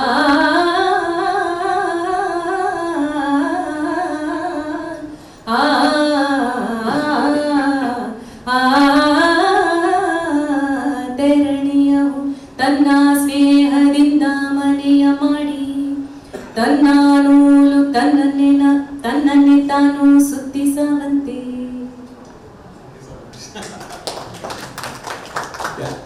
ಅಂದ್ರೆ ಆ ಸುತ್ತೋ ಮೆಟಫರ್ನ ಮ್ಯೂಸಿಕಲ್ಲಿ ತರಕ್ಕೆ ಸಾಧ್ಯನಾ ಅನ್ನೋ ಒಂದು ಥಾಟ್ ಇಟ್ಕೊಂಡು ಈ ಥರ ನಾನು ಕೆಲವು ಎಕ್ಸ್ಪೆರಿಮೆಂಟ್ಸ್ ಮಾಡಿದೆ. ಅದನ್ನು ಪಲ್ಲವಿ ಅವರು ಹಾಡಿದ್ದಾರೆ, ಸುಪ್ರಿಯಾ ಅವರು ಹಾಡಿದ್ದಾರೆ, ಕೆಲವು ಶೋಸ್ ಕೂಡ ಮಾಡಿದ್ದೀವಿ. ಹಾಗಾಗಿ ಇದು ರೂಮಿ ಮತ್ತು ಪಲ್ಲವಿ ಅವರು ಹೇಳ್ದಂಗೆ ಕೆಲವ್ರಿಗೆ ಇಷ್ಟ ಆಗುತ್ತೆ, ಕೆಲವ್ರಿಗೆ ಇಷ್ಟ ಆಗೋದಿಲ್ಲ. ಅಂದರೆ ನೀವು ಹೊಸದೇನೇ ಪ್ರಯತ್ನ ಮಾಡಿದಾಗಲೂ ಇದು ಇದ್ದೇ ಇರುತ್ತೆ ಅಂತ ಈಗ ಕಲಾವಿದರಲ್ಲಿ ಭಾಳ ಚೆನ್ನಾಗಿ ಗೊತ್ತಿರುತ್ತೆ. ಒಂದೇನು ಅಂದರೆ ನನಗೆ ಯಾವಾಗಲೂ ಆಶ್ಚರ್ಯ ಆಗೋದು, ಈಗ ಕಾವ್ಯದಲ್ಲಿ ಕನ್ವೆನ್ಷನಲ್ ಅಂತ ಅನ್ಸ್ಕೊಂಡಂಥ ಪೋಯಿಟ್ರಿ, ಈಗ ಕುವೆಂಪು ಅವರು ಇರ್ಬೋದು, ಬೇಂದ್ರೆ ಅವರು ಇರ್ಬೋದು, ಒಂದು ಛಂದಸ್ಸಲ್ಲಿ ಬರೆದಂಥ ಇದ್ದಾಗ, ಗೋಪಾಲಕೃಷ್ಣ ಅಡಿಗರು ಬರೆದಾಗ ಮೊದಲು ಸ್ವಲ್ಪ ಅದಕ್ಕೆ ವಿರೋಧ ಇತ್ತು, ಆಮೇಲೆ ಬೇರೆ ಬೇರೆ ಥರದ, ಈಗ ದೇವನೂರು ಅವರು ಗದ್ಯ ಪದ್ಯ ಸೇರಿಸಿ ಕುಸುಮ ಬಾಲೆ ಬರೆದಾಗ ಅದನ್ನು ಸ್ವಲ್ಪ ಅದಕ್ಕೆ ವಿರೋಧ ಇರುತ್ತೆ, ಮತ್ತೆ ಜನ ಒಪ್ಕೊಂಡ್ರು. ಹಾಗೆ ಈ ಪೇಂಟಿಂಗ್ ಅಲ್ಲಿ ಕೂಡ ಬೇರೆ ಬೇರೆ ತರದ ಎಕ್ಸ್ಪೆರಿಮೆಂಟ್ ಮಾಡ್ತಾ ಇರ್ತಾರೆ. ಆದ್ರೆ ಸಂಗೀತದಲ್ಲಿ ಮಾಡಿದಾಗ ಮಾತ್ರ ಬರುವಂತ ವಿರೋಧ ಅದೆಲ್ಲದಕ್ಕಿಂತ ಹೆಚ್ಚಾಗಿರುತ್ತೆ ಅಂತ ನನಗೆ ಅನ್ಸುತ್ತೆ. ಯಾಕೆ ನೀವು ಹಿಂಗ್ ಮಾಡ್ತಿದ್ದೀರಾ, ಇದು ಇರೋದು ಚೆನ್ನಾಗಿರೋದು ಯಾಕೆ ಕೆಡಿಸ್ತಾ ಇದ್ದೀರಾ ಅನ್ನೋದು ತುಂಬಾ ಜನ ಕೇಳ್ತಾರೆ. ಅದು ಯಾಕೆ ಹೊಸತನ, ಏನೋ ಒಂದು ಎಕ್ಸ್ಪ್ಲೋರೇಷನ್, ಅಂದ್ರೆ ವಚನದಲ್ಲೇ ಈಗ ಇರುವಂತ ಎಕ್ಸ್ಪ್ಲೋರ್ ಮಾಡಿ ಅನ್ನುವಂತ ಒಂದು ಚಿಂತನೆ, ಅದನ್ನ ನಾವು ಹುಡ್ಕೊಂಡು ಹೋದಾಗ ಅದಕ್ಕೆ ಸ್ವಲ್ಪ ವಿರೋಧ ಬರುತ್ತೆ. ಅದು ಬರ್ತಾ ಅದು ಕಡಿಮೆ ಆಗ್ಬೋದೇನೋ. ಮತ್ತೆ ಈ ಹೊಸ ತಲೆಮಾರು ಅಂತ ನೀವು ಹೇಳ್ದಂಗೆ, ಈಗ ಹಳೆಯದನ್ನ ತುಂಬಾ ಕೇಳಿ ಅದನ್ನ ಬಿಟ್ರೆ ಇನ್ನೊಂದು ಸತ್ಯ ಇಲ್ಲ ಅಂತ ಅನ್ಕೊಂಡಿರುವಂತ ತಲೆಮಾರು ಕಡಿಮೆ ಆಗ್ತಾ ಇದ್ದಂಗೆ ಈ ಹೊಸ ಪ್ರಕಾರಗಳ ಸಂಗೀತನೂ ಹೆಚ್ಚಾಗಿ ಅದಕ್ಕೆ ಒಪ್ಪಿಗೆ ಬರ್ಬೋದು, ಅದನ್ನ ಕೇಳೋರು ಹೆಚ್ಚಾಗ್ಬೋದು ಅಂತ ನನಗೆ ಅನ್ಸುತ್ತೆ. Thank you. ಹೇಳೋದು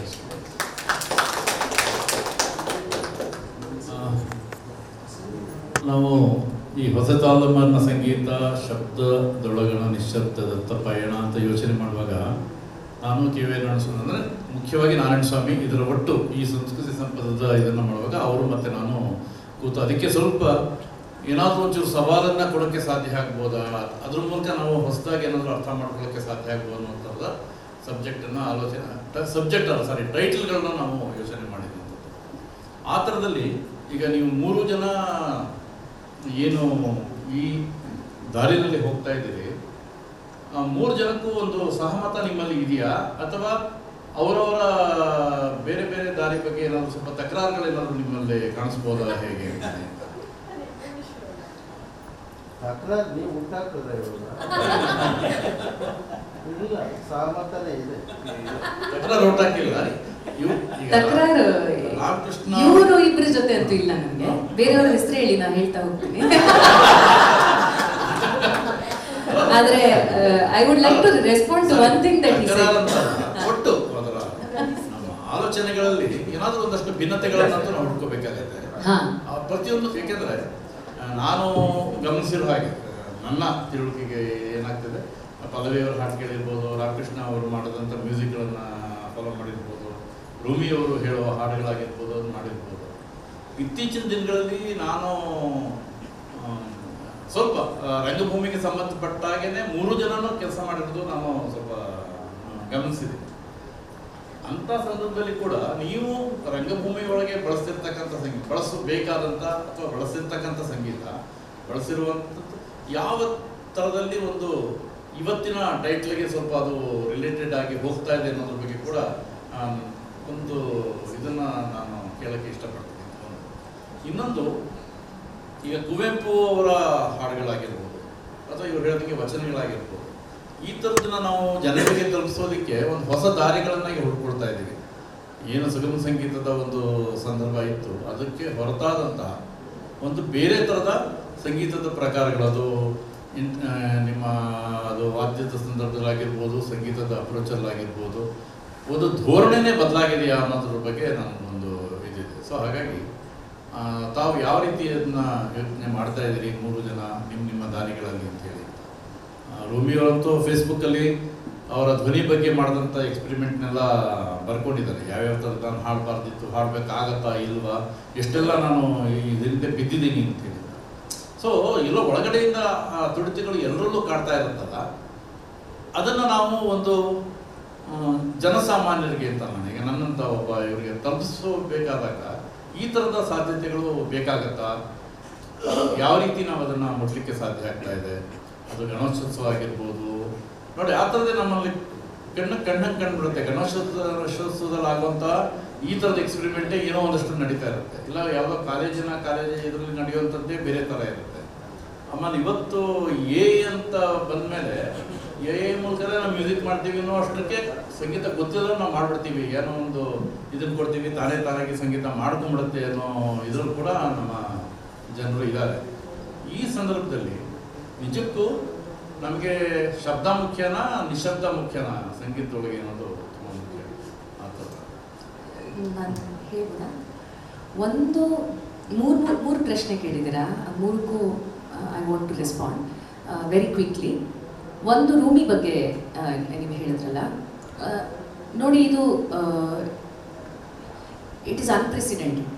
V have not seen something like this happen ever, at least in my knowledge. ಅಂದರೆ ಒಬ್ಬರು ತಮ್ಮ ಧ್ವನಿಯ ಬಗ್ಗೆ, ಟ್ರಾನ್ಸಿಷನ್ ಆಗ್ತಾ ಇರುವ ಧ್ವನಿಯ ಬಗ್ಗೆ ಪಬ್ಲಿಕ್ ಆಗಿ ಅದ್ರ ಬಗ್ಗೆ ಮಾತಾಡೋದು. ಪ್ರೈವೇಟ್ ಆಗಿ maybe there have been journeys, but we don't know those journeys. And the fact that I think what Rumi is saying is this is not just my problem. It is a problem of everybody needs to know this and participate in this. It is the community's journey, not just my journey.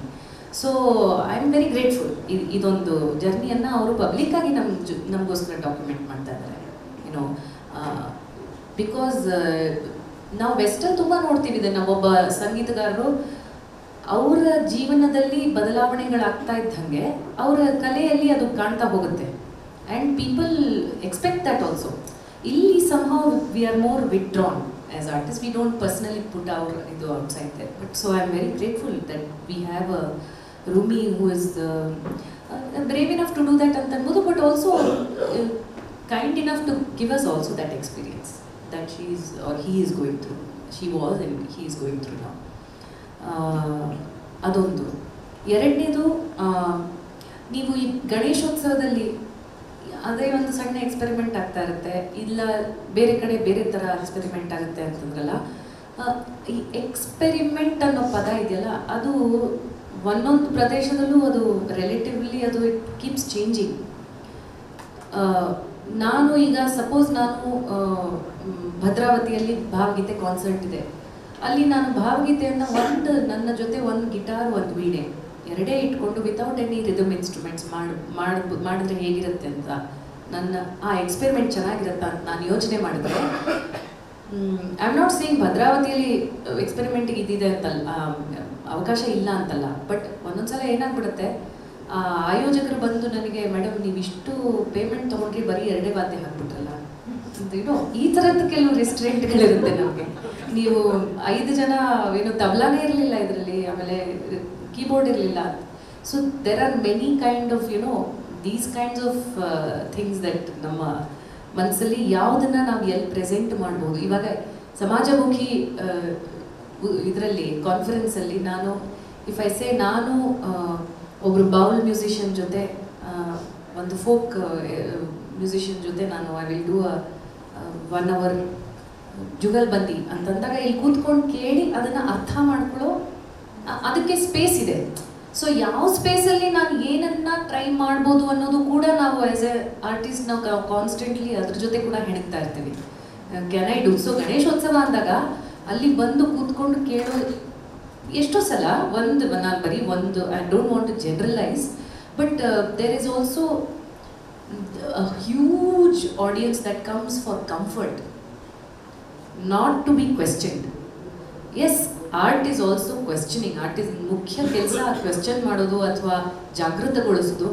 But ಸಂಗೀತ ಅಂತಂದಾಗ ಇವ್ರು ಹೇಳಿದ್ರಲ್ಲ, ಸಂಗೀತ ಏನಾದರೂ ಮಾಡಿದ್ರೆ ತುಂಬ ಕೋಪ ಬರುತ್ತೆ ಅಂತ, because people expect comfort from music. So lot of the times when ಒಂದು ಸಂಗೀತ ಇಟ್ ಈಸ್ ನನಗೆ ಗೊತ್ತಿರೋ ಸಂಗೀತ ಗೊತ್ತಿಲ್ಲದೆ ಇರೋ ರೀತಿ ಮಾರ್ಫ್ ಆಗ್ತಾ ಇದೆ ಅಂದಾಗ ಕೋಪ ಬರುತ್ತೆ ಜನರಿಗೆ.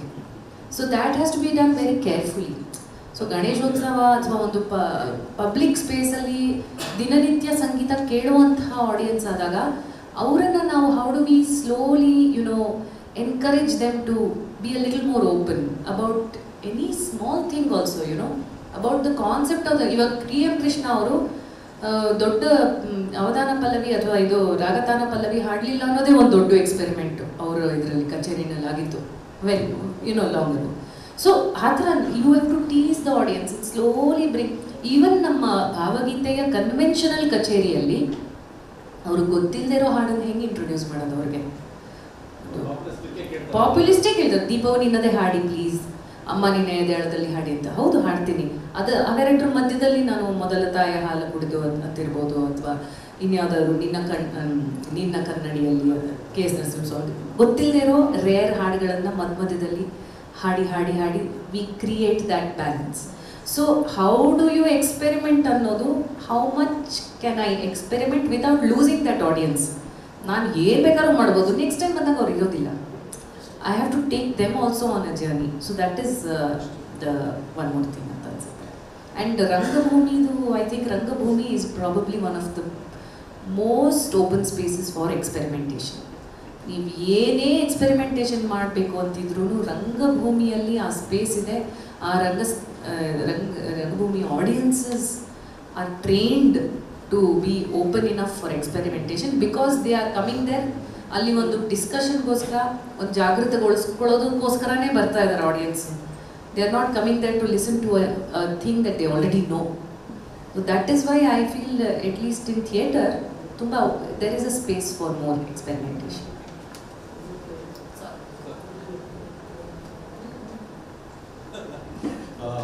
ಅದೇ ತಕರಾರು ಅಂತ ನೀವು ಕೇಳಿದ್ರಿ. ಪಲ್ಲವಿ ಹೇಳ್ದಂಗೆ ಅದು ಪದಗಳು ಏನೋ ಒಂಥರ ಆಂಗ್ಲಿಸೈಸ್ ಮಾಡಿ ಹಾಡಿದಾಗ ನನಗೂ ತುಂಬ ಇರ್ಸು ಅನ್ಸುತ್ತೆ. ಈ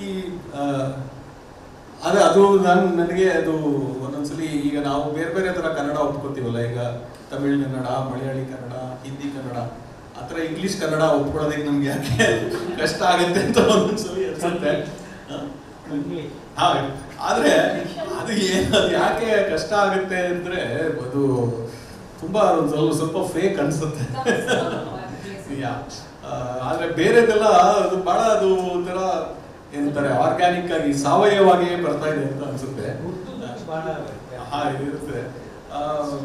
ಸೊ ಅದು ಒಂದು. ಆಮೇಲೆ ಎಷ್ಟೋ ಸರ್ತಿ ಹೊಸ ಕಾಂಪೋಸಿಷನ್ಗಳಲ್ಲಿ ಆ ಪದಗಳನ್ನ ಒಡೆಯೋ ಒಂದು ಇದಿದೆಯಲ್ಲ, ತುಂಬಾ ಚೆನ್ನಾಗಿರೋ ಟ್ಯೂನ್ಗಳಲ್ಲೂ ಹಂಗಾದಾಗ ಸ್ವಲ್ಪ ಅದು ಎಡವಟ್ ಆಗ್ತಾ ಇದೆ ಅಂತ ಅನ್ಸುತ್ತೆ. ಈಗ ಸಿನಿಮಾ ಹಾಡಲ್ಲಿ ಕೂಡ ಸಪ್ತಸಾಗರ ದಾಚೆ ಎಲ್ಲೋ ಅಂದಾಗ ದಾಚೆ ಏನು ಅಂತ ಫಸ್ಟ್ ಯೋಚನೆ ಆಗುತ್ತೆ. ಸೊ ಸಪ್ತಸಾಗರದ ಆಚೆ ಎಲ್ಲೋ ಅದು. ಸೊ ಹಂಗಾದಾಗ ಇದೇನೋ ಸ್ವಲ್ಪ ಹೆಚ್ಚು ಕಮ್ಮಿ ಆಗ್ತಾ ಇದೆಯಲ್ಲ ಅಂತ ಅನ್ಸುತ್ತೆ. ಸೊ ಆ ಸಾಹಿತ್ಯ ಅದನ್ನ ಆದಷ್ಟು ಅದರ ಅದು ಏನು ಹೇಳಬೇಕು ಅಂತ ಹೊರಟಿದೆಯೋ ಅದನ್ನ ರೆಸ್ಪೆಕ್ಟ್ ಮಾಡಬೇಕು ಅಂತ ಯಾವಾಗಲೂ ಅನ್ನಿಸ್ತಾ ಇರುತ್ತೆ. ಇನ್ನೊಂದು ನೀವು ಕೇಳಿದಂಗೆ ಎಕ್ಸ್ಪೆರಿಮೆಂಟ್ ಅಂದ್ರೆ ಅದು ಹೆಂಗೆ ಅಂತ ಹೇಳಬೇಕಾದ್ರೆ, ಈಗ ನಂದೊಂದು ಪೆಟ್ ಥಿಯರಿ ಇದೆ. ಅದೇನಪ್ಪ ಅಂದರೆ, ನಮ್ಮ languages, South Indian languages, Dravidian ಲ್ಯಾಂಗ್ವೇಜಸ್ಸಲ್ಲಿ ಕನ್ನಡ ಮತ್ತು ತಮಿಳು, ಮೊನ್ನೆ ಕಮಲ್ ಹಾಸನ್ ಏನೋ ಅಂದ್ಬಿಟ್ಟು ಅದು ದೊಡ್ಡ ಕಾಂಟ್ರವರ್ಸಿ ಆಗಿತ್ತಲ್ಲ, ಅದರಲ್ಲಿ ಎರಡು ಮೂಲ ದ್ರಾವಿಡದಿಂದ ಬಂದಂಥ ಭಾಷೆಗಳು ಅನ್ನೋದು ಎಲ್ಲರೂ ಒಪ್ಕೋತಾರೆ. ನನ್ನ ಥಿಯರಿ ಏನಪ್ಪ ಅಂದರೆ, ಈ ತಮಿಳಿಗೆ ಒಂದು ಜಾಝ್ ಇಂಪಲ್ಸ್ ಬಂತು, ಕನ್ನಡಕ್ಕೆ ಒಂದು ಕ್ಲಾಸಿಕಲ್ ಇಂಪಲ್ಸ್ ಬಂತು. ಅದು ಮೇಲ್ಗೈ ಆಗಿ ಏನಾಯ್ತು ಅಂದರೆ, ಅದರಲ್ಲಿ ಯಾವುದನ್ನ ಬಿಟ್ಟು ಅದನ್ನ ಹೆಂಗೆ ಚೆಲುವಾಗಿ ಕಾಣೋ ಮಾಡ್ಬೋದು ಅನ್ನೋದನ್ನ ಯೋಚನೆ ಮಾಡಿದ್ರು. ನಮ್ಮಲ್ಲಿ ಯಾವುದನ್ನ ನಾವು ಹೆಚ್ಚಾಗಿ ತಗೊಂಡು ಅದನ್ನ ಒಂದು ನಿಖರವಾದಂಥ ಪ್ರಿಸೈಸ್ ಆಗಿ ಹೆಂಗೆ ಮಾಡೋದು ಅಂತ ನಾವು ಕನ್ನಡದಲ್ಲಿ ಮಾಡ್ತಾ ಹೋದ್ವಿ. ಹಾಗಾಗಿ ಏನಾಗುತ್ತೆ ಅಂದರೆ, ಅಲ್ಲಿ ನಾವು ಕಾ ಖಾ ಗಾ ಘಾ ಅನ್ನೋದಕ್ಕೆ ಅವರು ಒಂದೇ ಕ್ಯಾರೆಕ್ಟರ್ ಬಳಸ್ತಾರೆ. ಸೊ ಅದರಲ್ಲಿ ಕಾಗೆ ಗಾ ಹಾಕ್ಬೋದು, ಗಾಗೆ ಗಾ ಹಾಕ್ಬೋದು, ಖಾಗೆ ಗಾ ಹಾಕ್ಬೋದು. ನಮ್ಮಲ್ಲಿ ಅದು ಮಾಡಿದ್ರೆ ಅದನ್ನ ತಪ್ಪು ಅಂತೀವಿ. ಅಂದರೆ ನಮ್ಮ ಕನ್ನಡದಲ್ಲಿ ಅದನ್ನ ತಪ್ಪು ಅಂತೀವಿ, ಅಲ್ಲಿ ಅದನ್ನ ಒಪ್ಪು ಅಂತಾರೆ.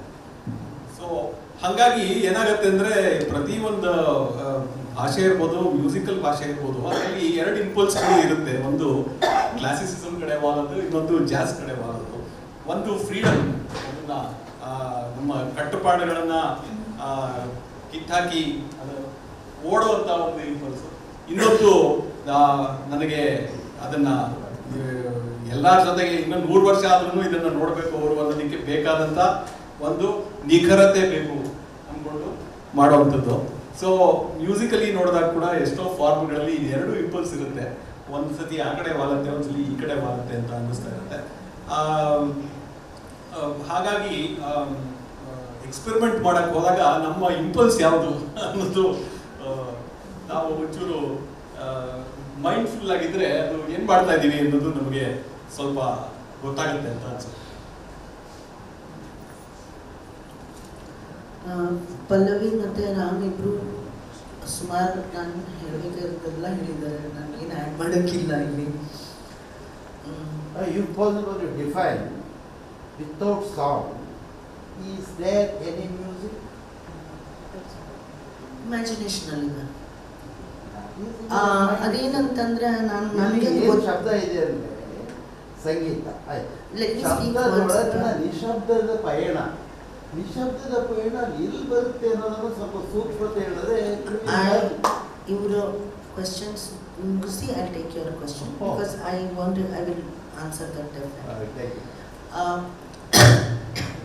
ಒಂದು ವಿಷಯ ಐ ವಾಂಟೆಡ್ ಎಕ್ಸ್ಪೆರಿಮೆಂಟ್ ಅನ್ನೋ ಪದನ ಹೆಂಗೆ ನೋಡ್ತೀನಿ ಅನ್ನೋದು ಸ್ವಲ್ಪ ಗೊತ್ತಿಲ್ಲ. But I rather want to see it more. Okay, ನಾನೇನೋ ಒಂದು ಕ್ರಿಯೇಟಿವ್ ವರ್ಕ್ ಮಾಡಬೇಕು ಅಂತ ಅನಿಸಿದಾಗ should be as impulsive and as spontaneous as possible ಅಂತ ಹೇಳಿ ಮಾಡ್ಕೊಂಡಿರೋದು.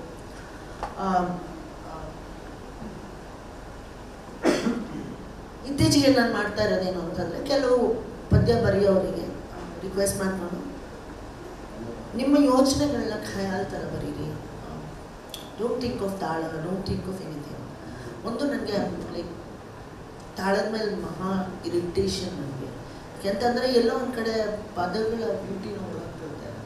ತಾಳಕ್ಕೆ ಅಡ್ಜಸ್ಟ್ ಮಾಡ್ಕೊಳಕ್ಕೆ ಹೋಗಿ ಹೋಗಿ ಹೋಗಿ ಎಷ್ಟೋ ಕಳ್ಕೊಂಡ್ಬಿಡ್ತೀವಿ ಅಂತ ಅನಿಸುತ್ತೆ. ಐನೋ ಇಲ್ಲ, even classical musicians they might completely disagree. So when I say khayal ಅಂತ ಅಂದಾಗ ಆ ಖಯಾಲ್ ಬಂದಿಶ್ ಆಗಿಲ್ಲ ಅಂತಂದರೆ ಮುಗಿದೋಯ್ತು.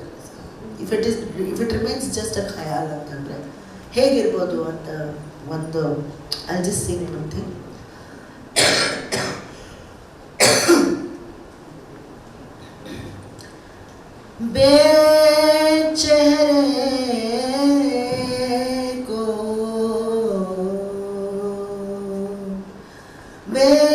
बेचेहरे को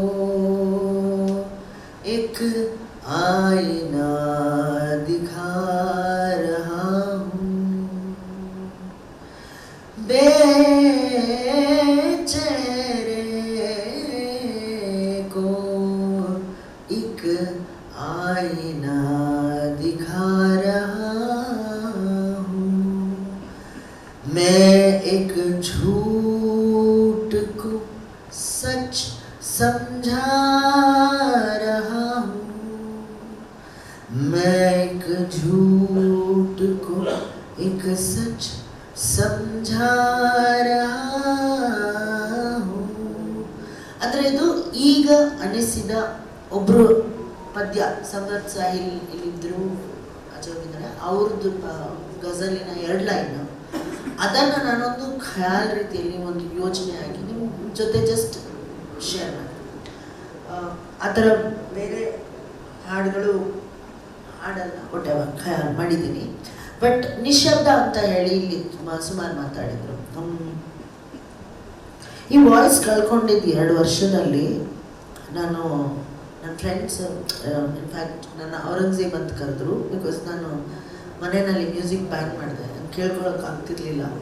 ತುಂಬ ಅಳು ಬರೋದು, ಒಂಥರ ಆಗೋದು, ತಲೆ ಕಿತ್ಕೊಂಡು ಸ್ಟ್ರೀಟಲ್ಲಿ ಓಡಬೇಕು, I don't want to listen to any music ಅಂತ ಹೇಳಿ ಒಂದಷ್ಟು ದಿವಸ ಅನ್ನಿಸ್ತಿತ್ತು. ಬಟ್ ಆ ಟೈಮಲ್ಲಿ ಒಂದು ಸಮಥಿಂಗ್ ಹ್ಯಾಪನ್. ನಾನು ಮೊದಲು ಹಾಡ್ತಿದ್ದು ಜಿ ಶಾರ್ಪ್, ಎ ಶಾರ್ಪ್, ಆ ಥರ ಒಂದು ಪಿಚ್. ಬಟ್ ಇವಾಗ ಬರ್ತಾ ಅದು ಇಳಿತಾ ಇಳಿತಾ ಇಳಿತಾ ಇಳಿತಾ ಇಳಿತಾ ಇವಾಗ ಡಿನಲ್ಲಿ ಹಾಡ್ತೀನಿ, ಡಿ ಶಾರ್ಪ್ನಲ್ಲಿ ಹಾಡ್ತೀನಿ ಅಂತಂದರೆ ನನಗೇನೆ ಆಶ್ಚರ್ಯ.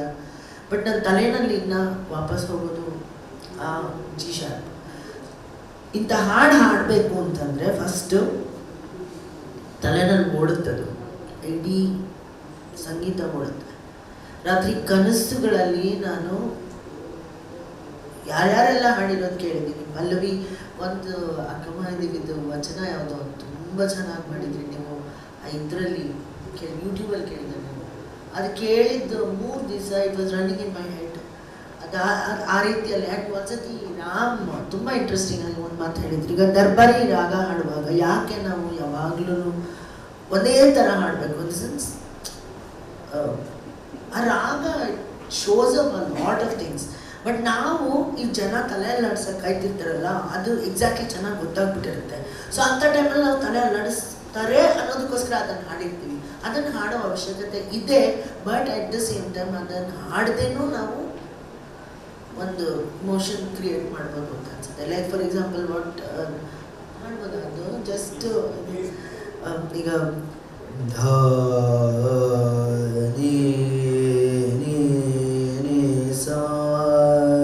ದರ್ಬಾರಿ ರಾಗ ಅಂದ ತಕ್ಷಣ ಎಗ್ರು ಕುಡ್ದಾಡ್ಬಿಡ್ತಾರೆ ಜನ. ಧನೆ ಸರಿ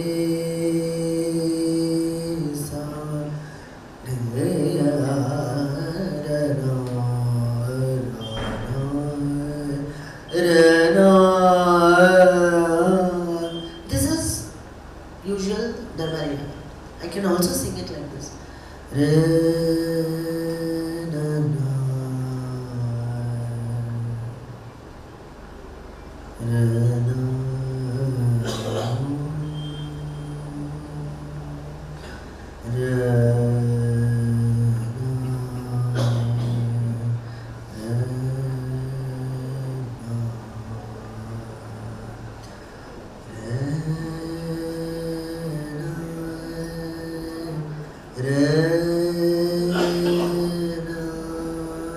ಇದು ದರ್ಬಾರಿ ರಾಗ. How can you deny it is not? So ಈ ಥರನೂ ಹೊಸದು ಹುಡುಕ್ಬೋದಲ್ಲ, ಪಾಸಸ್ ಹುಡುಕ್ಬೋದಲ್ಲ. ಅಂದರೆ ಒಂದು ಸೈಲೆನ್ಸ್, ಈ ನಿಶಬ್ದ ಈ ರಾಗಗಳ ಹಾಡುವಾಗ ಯಾಕೆ ಉಸಿರು ಕಟ್ಟಿ ಆದರೂ ತಕ್ಷಣ ತಕ್ಷಣ ತಕ್ಷಣ ತಕ್ಷಣ ತಕ್ಷಣ ತಕ್ಷಣ there is lots of things. ಅದು ಕಾಣಿಸೋಕ್ಕೆ ಶುರು ಆಯ್ತು ನನಗೆ. ಯಾವಾಗ ನಾನು ಸೈಲೆನ್ಸ್ ಇದ್ದೆ ಅವಾಗ ನನಗೆ ಕಾಣಿಸೋಕ್ಕೆ ಶುರು ಆಯಿತು. So this is all I want to say. ಇದು ಎಕ್ಸ್ಪೆರಿಮೆಂಟ್ ಆಯಿತು, ಯೋಚನೆಗಳ ಹೇಗೆ ಐ ರಿಯಲಿ ಡೋಂಟ್.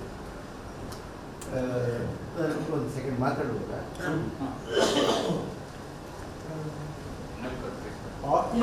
ಬೇಕಾಗಿಲ್ಲ, ಕೇಳಿಸ್ತಾ ಇದೆ ಮಾತಾಡಿ. ಕೇಳಿಸುತ್ತಲ್ಲ? ನಾನು ಬೇಸಿಕಲಿ ಪೇಂಟರ್, ಆರ್ಟಿಸ್ಟ್. ನನಗಿರೋ ಅನುಮಾನಗಳನ್ನು ಕ್ಲಾರಿಫೈ ಮಾಡ್ಕೊಳ್ಳೋಕ್ಕೋಸ್ಕರ ಈ ಸೆಷನ್ ಕೂತ್ಕೊಂಡೆ.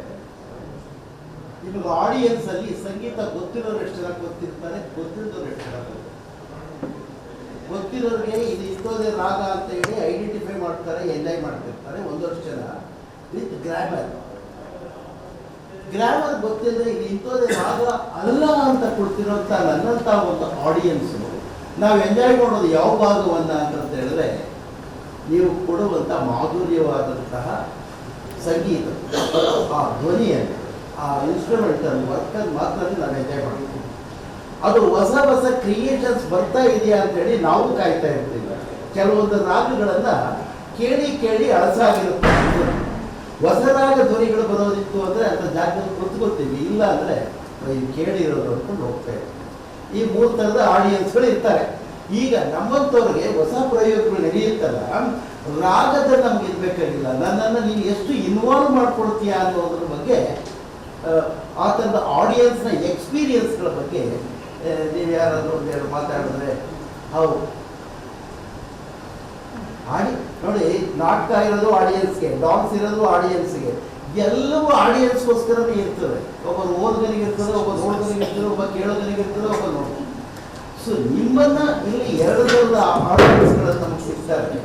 ಇದ್ರ ಬಗ್ಗೆ ನಿಮಗೆ ಸಿಕ್ಕಿರೋ ಆಡಿಯನ್ಸ್ಗಳಲ್ಲಿ ಈಗೊಂದು ರಾಮನವಮಿ ಸಂಗೀತೋತ್ಸವಕ್ಕೆ ಹೋಗೋರೆಲ್ಲ ಕ್ಲಾಸಿಕ್ ತಿಳ್ಕೊಂಡಿರೋರೇ ಹೋಗ್ತಾರೆ ಜಾಸ್ತಿ. ಬೇರೆ ಹೋಗೋಕ್ಕಾಗೋದಿಲ್ಲ, ಯಾಕೆಂದ್ರೆ ಸಂಗೀತ ಎಂಥದ್ದು ಗೊತ್ತಾಗಲ್ಲ. ಗೊತ್ತಿದ್ರು ಎಂಜಾಯ್ ಮಾಡ್ಕೊಂಡು ಬಂದಿರ್ತಾರೆ. You can. ರಾಮಕೃಷ್ಣ ಹೇಳಿ. ಮಾತಾಡ್ಸಿಲ್ಲ ಶಬ್ದದೊಳಗಣ ನಿಶಬ್ದದಂತೆ ಅಂದಂಗೆ ಬಲ್ಲವರ ನಡುವೆ ಅದು ಪಾಮರರು ಇರ್ತಾರೆ. ಪ್ರತಿ ಒಂದು ಸ್ಟೇಜಲ್ಲೂ, ಪ್ರತಿ ಒಂದು ಆಡಿಟೋರಿಯಮಲ್ಲೂ ನೀವು ಶಬ್ದ ಅಂತ ನಿಶಬ್ದ ಅಂದ್ರೆ ಏನು ಅಂತ ಒಂದು ಪ್ರಶ್ನೆ ಕೇಳಿದೆ. ಈಗ ಸಂಗೀತದ ಮಧ್ಯೆ ಎಲ್ಲಿ ನಾವು ಸೈಲೆನ್ಸಸ್ ಪಾಸ್ ಕೊಡ್ತೀವೋ ಅದು ಶಬ್ದದೊಳಗಣ ನಿಶಬ್ದ ಅಂತ ಕೂಡ ನಾವು ನೋಡ್ಬೋದು. ಯಾಕೆಂದ್ರೆ ನಾವು ಪಾಸ್ ಕೊಡದೆ ಹಾಡಿದ್ರೆ, ನಾವು ಉಸಿರು ಕಟ್ಟಿ ಮಾತಾಡಿದ್ರೆ ಅದು ಎಷ್ಟು ಕೇಳೋರಿಗೆ ಮತ್ತೆ ನಮಗೆ ಯಾವ ತರ ಸಂಕಟ ಆಗುತ್ತೋ ಹಂಗೆ ಸಂಗೀತದಲ್ಲೂ ಆಗುತ್ತೆ. ಹಾಗಾಗಿ ಆ ನಿಶಬ್ದ ಅನ್ನೋದು ಹುಡುಕೋದು ಒಂದು. ಶಬ್ದದೊಳಗಣ ನಿಶಬ್ದ ಅಂದ್ರೆ ನನಗೆ ಇನ್ನೊಂದು ಏನು ಹೊಳೆಯುತ್ತೆ ಅಂದ್ರೆ, ಈಗ ನಾವು ಎಲ್ಲ ಬೇರೆ ಬೇರೆ ಅಂತ ಯಾವ್ದು ಅನ್ಕೋತೀವೋ, ಈಗ ಫಾರ್ ಎಕ್ಸಾಂಪಲ್ ಫಿಲ್ಮ್ ಮ್ಯೂಸಿಕ್ಗೆ ಬೇರೆ, ಕ್ಲಾಸಿಕಲ್ ಮ್ಯೂಸಿಕ್ಗೆ ಬೇರೆ ಅಂತ ನಾವು ಅನ್ಕೊಂಡಿರ್ತೀವಿ. ಎಷ್ಟೋ ಜನ ನನ್ನಂಥವ್ರಿಗೆ ಏನಾಗುತ್ತೆ ಅಂದ್ರೆ, ಫಿಲ್ಮ್ ಮ್ಯೂಸಿಕ್ ಕೇಳ್ಬಿಟ್ಟು ಯಾವುದೋ ಕ್ಲಾಸಿಕಲ್ ರಾಗದ ತರ ಇದೆಯಲ್ಲ ಅಂದ್ಬಿಟ್ಟು ನಾವು ಆಮೇಲೆ ಅದು ಕ್ಲಾಸಿಕಲ್ ಕೇಳಿರುವಂತ ಎಷ್ಟೋ ಅನುಭವಗಳಿದೆ. ಅಂದ್ರೆ film music is a gateway to more expansive classical music, ಆ ಥರನೂ ಆಗುತ್ತೆ. ಸೊ ಅದ್ರೊಳಗೆ ಇರುತ್ತೆ, ಇದ್ರೊಳಗೆ ಅದಿರುತ್ತೆ ಅಂತ ಯಾವಾಗಲೂ ಅನ್ನಿಸ್ತಾ ಇರುತ್ತೆ. ಸೊ ಶಬ್ದದೊಳಗಣ ನಿಶಬ್ದ ನನಗೆ ಆ ಥರ ಅನಿಸುತ್ತೆ. ಈಗ ಇನ್ನೊಂದು ನಾನೇನು ಹೇಳ್ಬೇಕಾಗಿತ್ತಂದ್ರೆ, ಈ ಅಲ್ಲಮ ಪ್ರಭುವಿನ ವಚನಗಳಿರುತ್ತಲ್ಲ, ಅದು ಒಂದೊಂದು ಲೈನಲ್ಲೂ ಒಂದೊಂದು ಇಮೇಜ್ ಬರ್ತಾ ಇರುತ್ತೆ. ಸೊ ಅದನ್ನ ಒಂದು ರಾಗ, ಒಂದು ಸೆಂಟಿಮೆಂಟ್ ಅಂತ ಹೇಳೋದು ತುಂಬಾ ಕಷ್ಟ. ಯಾಕೆಂದ್ರೆ ಅದ್ರದ್ದು ಏನು ಅರ್ಥ ಅಂತ ಹುಡುಕದೇ ಕಷ್ಟ. ಈಗ ಇದು ನೀರಿಲ್ಲದ ನೆಳಲಿಲ್ಲದ ಬೇರಿಲ್ಲದ ಗಿಡ ಹುಟ್ಟಿತ್ತು, ನೀರಿಲ್ಲದ ನೆಳಲಿಲ್ಲದ ಬೇರಿಲ್ಲದ ಗಿಡ ಹುಟ್ಟಿತ್ತು, ತಲೆಯಿಲ್ಲದ ಮೃಗವೊಂದು ಮೇಯಿತ್ತು ಆ ಗಿಡವ, ತಲೆಯಿಲ್ಲದ ಮೃಗವೊಂದು ಮೇಯಿತ್ತು ಆ ಗಿಡವ, ಕಣ್ಣಿಲ್ಲದ ಕುರುಡನು ಕಂಡನ ಮೃಗವ, ಕೈಯಿಲ್ಲದ ವ್ಯಾಧನು ಎಚ್ಚನ ಮೃಗವ. ಕೈಯಿಲ್ಲದ ಬೇಟೆಗಾರ ಅದನ್ನ ಹೊಡೆದ, ಕಿಚ್ಚಿಲ್ಲದ ನಾಡಿಗೊಯ್ದು ಸುಟ್ಟು ಬಾಣಸವ ಮಾಡಿ ಲಿಂಗಕರ್ಪಿತವಾಯಿತು ಗುಹೇಶ್ವರ. ಅಂದ್ರೆ ಇದು ಪ್ರತಿಯೊಂದು ಸಾಲೂ ಅದು ಇಮೇಜ್ ಚೇಂಜ್ ಆಗ್ತಾ ಹೋಗುತ್ತೆ. ಒಂದು ಕ್ಯಾಲೈಡೋಸ್ಕೋಪ್ ತರ ಅದು ಬದಲಾಗ್ತಾ ಹೋಗುತ್ತೆ. ನಾನು ಒಂದು ರಾಗದಲ್ಲೇ ಇದನ್ನ ಮಾಡ್ತೀನಿ ಅಂತ ಹೋದಾಗ ಅದು ಎಷ್ಟು ಕಷ್ಟ ಆಗ್ಬಿಡುತ್ತೆ ಅಂದ್ರೆ, ಅದು ಇಮೇಜಸ್ ಚೇಂಜ್ ಆಗ್ತಾ ಇದ್ದಂಗೆ ಆ ಮೆಲೋಡಿ ಕೂಡ ಚೇಂಜ್ ಆಗ್ಬೇಕಲ್ಲ, ಎಕ್ಸ್ಪ್ರೆಷನ್ ಕೂಡ ಬದಲಾಗ್ಬೇಕಲ್ಲ ಅಂತ ಅನ್ನಿಸ್ತಾ ಇರುತ್ತೆ.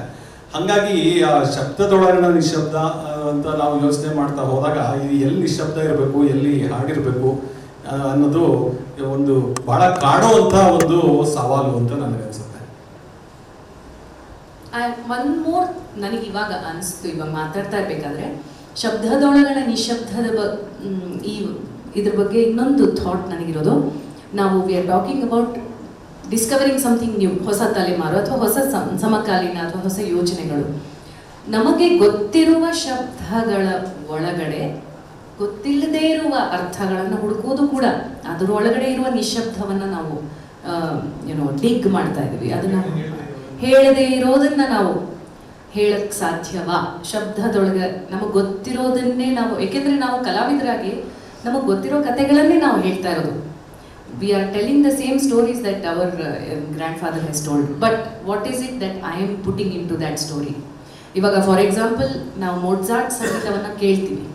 ಮೊಟ್ಜಾರ್ಟ್ ಸಂಗೀತವನ್ನು ಕೇಳ್ತಾ ಇರಬೇಕಾದ್ರೆ ಮೊಟ್ಜಾರ್ಟ್ ತಂಗಿ ಅವಳು ಕೂಡ ಅಷ್ಟೇ ಏನಂತಾರೆ ಚೈಲ್ಡ್ ಪ್ರಾಡಿಜಿ ಆಗಿದ್ದಂಥವಳು, ಅಷ್ಟೇ ಟ್ಯಾಲೆಂಟೆಡ್ ಯಂಗ್ ಚೈಲ್ಡ್ ಆಗಿದ್ದಂಥವಳು. ಅವಳಿಗೆ ಮದುವೆ ವಯಸ್ಸಾದ ತಕ್ಷಣ ನೀನು ಪ್ರೋಗ್ರಾಮ್ ಮಾಡೋದನ್ನೇ ನಿಲ್ಲಿಸು ಅಂತ ಅಂದ್ಬಿಟ್ಟು ಅವಳನ್ನು ಗಂಡನ ಮನೆಗೆ ಕಳಿಸ್ತಾರೆ. So we don't have any of her compositions. Mozart composition ಇದೆ. So what I see in Mozart's music is the silence of his sister's music. So there are many stories that we tell. ನಾವು ಕಲಾವಿದರಾಗಿ ಹೇಳ್ತೀವಿ ಕಥೆಗಳನ್ನ. ನಾವು ಇವಾಗ ರಾಮಾಯಣದ ಕಥೆ, ಸೀತೆಯ ಕಥೆಯನ್ನೇ ಹೇಳ್ಬೋದು, ರಾಮನ ಕಥೆಯನ್ನೇ ಹೇಳ್ಬೋದು, ಅದನ್ನೇ ನಾವು ಹೇಳ್ತಿರ್ತೀವಿ. ನಾವು ಅದನ್ನೇ ಬೇರೆ ಬೇರೆ ಬೇರೆ ಬೇರೆ ರೀತಿ ಹೇಳ್ತೀವಿ.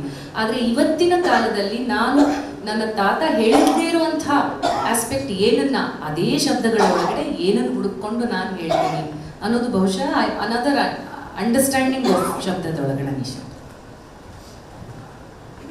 ಆಮೇಲೆ ಆಡಿಯನ್ಸಸ್ ಕೂಡ I think we keep evolving. ನಾವು ಕೇಳ್ತಾ ಕೇಳ್ತಾ ನಮಗೆ ಬೇರೆ ಬೇರೆ ಹೊಸದನ್ನು ಕೇಳಬೇಕು ಅನ್ಸುತ್ತೆ. ಮೊದಲನೇ ಸತಿ ಕೇಳಿದಾಗ ಅದು ನಮಗೆ ಅದು ಜೀರ್ಣ ಆಗದೆ ಹೋಗೋ ಚಾನ್ಸಸ್ ಇರುತ್ತೆ ಎಷ್ಟೋ ಸರ್ತಿ. ಇದು ನಾಟಕದಲ್ಲಿ ಈ ಶಬ್ದ ಕ್ಲೀನಾಗಿ ಬಳಸ್ಬೋದು. ಹೇಗೆ ಅಂದರೆ ಶಬ್ದದೊಳಗಡೆ ನಿಶಬ್ದ ಅನ್ನೋದಿದೆಯಲ್ಲ, ನಾಟಕದಲ್ಲಿ ಡೈಲಾಗ್ ಆಗ್ತಾ ಇರೋ ಡೈಲಾಗ್ ನಿಲ್ಸಿದ್ರು ಬಾಡಿ ಲ್ಯಾಂಗ್ವೇಜ್ ಕೆಲಸ ನಡೀತಾ ಇರ್ತದೆ, ಅಲ್ಲಿ ಸೌಂಡ್ ಇರಲ್ಲ. ಬಟ್ ಇಲ್ಲಿ ಸೌಂಡ್ಲೆಸ್ ಅದು ಭಾಳ ಅಬ್ಸ್ಟ್ರಾಕ್ಟ್ ಆಗಿ ಫೀಲ್ ಆಗ್ತಾ ಇತ್ತು. ಅದಕ್ಕೋಸ್ಕರ ಸುಂತಿ ಮೇಡಮ್ ಅವ್ರದ್ದು ಆಗ್ತಿದ್ದ ಹಾಗೇನೆ ನಾವು 2:30ಗೆ ಮುಗಿಸ್ಬೇಕಿತ್ತು. ಈಗಾಗಲೇ 2:30 ಅಲ್ಲ, 2:30 ಆಯ್ತು. ಇದು ಮೇಡಮ್ ಅವ್ರು ಮಾತಾದ್ಮೇಲೆ ನನಗೆ ಪ್ರಶ್ನೆ ಏನಿಲ್ಲ, ಇದಕ್ಕೆ ನಂದೊಂದು ಎಡಿಷನ್ ಅಷ್ಟೇ. ಶಬ್ದ ಮತ್ತೆ ನಿಶಬ್ದ ಸೇರಿಯೇನೆ ಒಂದು ಲಯ ಹುಟ್ಟುತ್ತೆ ಅನ್ನೋದು ನಂದು. ಶಬ್ದದ ಮಧ್ಯದಲ್ಲಿ ನಿಶಬ್ದ ಇಲ್ಲ ಅಂತಂದ್ರೆ ಅಲ್ಲೆಲ್ಲೋ ರಿದಮ್ ಮಿಸ್ ಆಗ್ತಿದೆ ಅನ್ನೋದು. ಇದನ್ನು ನಾವು ಮ್ಯೂಸಿಕ್ ಅಪ್ಲಿಕೇಶನ್ನಲ್ಲಿ ಭಾಳ ಗಾಢವಾಗಿ ಅನುಭವಿಸ್ತೀವಿ. ನಾನು ರಂಗಭೂಮಿಯಲ್ಲಿ ಮ್ಯೂಸಿಕನ್ನು ಯೂಸ್ ಮಾಡುವಾಗ ನನಗೆ ಶಬ್ದಕ್ಕಿಂತ ನಿಶಬ್ದ ಹೆಚ್ಚು ಪರಿಣಾಮ ಬೀರೋದನ್ನು ನಾನು ಕಂಡುಕೊಂಡಿರೋದು. ಒಂದಷ್ಟು ಡೈಲಾಗ್ಗಳು, ಮ್ಯೂಸಿಕ್, ರೆಂಡರಿಂಗ್ ಎಲ್ಲ ಮುಗಿದ ಮೇಲೆ ಬರುವಂಥ ಆ ನಿಶಬ್ದ ಇದೆಯಲ್ಲ, that speaks more than words ಅಂತ. ಸೊ ಈ ಶಬ್ದ ಮತ್ತು ನಿಶಬ್ದದ ಮಧ್ಯದಲ್ಲಿ ಒಂದು ಅನುಸಂಧಾನ ನಡೀಲಿಲ್ಲ ಅಂತಂದರೆ ನಮಗೆ ಬೇಕಾದಂಥ ಒಂದು ಎಫೆಕ್ಟನ್ನು ನಾವು ಪಡ್ಕೊಳಕ್ಕಾಗೋದಿಲ್ಲ. ಇವತ್ತಿನ ಈ ಗೋಷ್ಠಿಯನ್ನು ತುಂಬ ಅಚ್ಚುಕಟ್ಟಾಗಿ ತುಂಬ ಚೆನ್ನಾಗಿ ನಿರ್ವಹಿಸಿಕೊಟ್ಟಂಥ 3 ಜನಕ್ಕೆ ನಾನು ಸಮಾಜಮುಖಿ ಪರವಾಗಿ ಧನ್ಯವಾದಗಳನ್ನು ಹೇಳ್ತಾ ಇದ್ದೀನಿ ಸರ್. Thank you sir.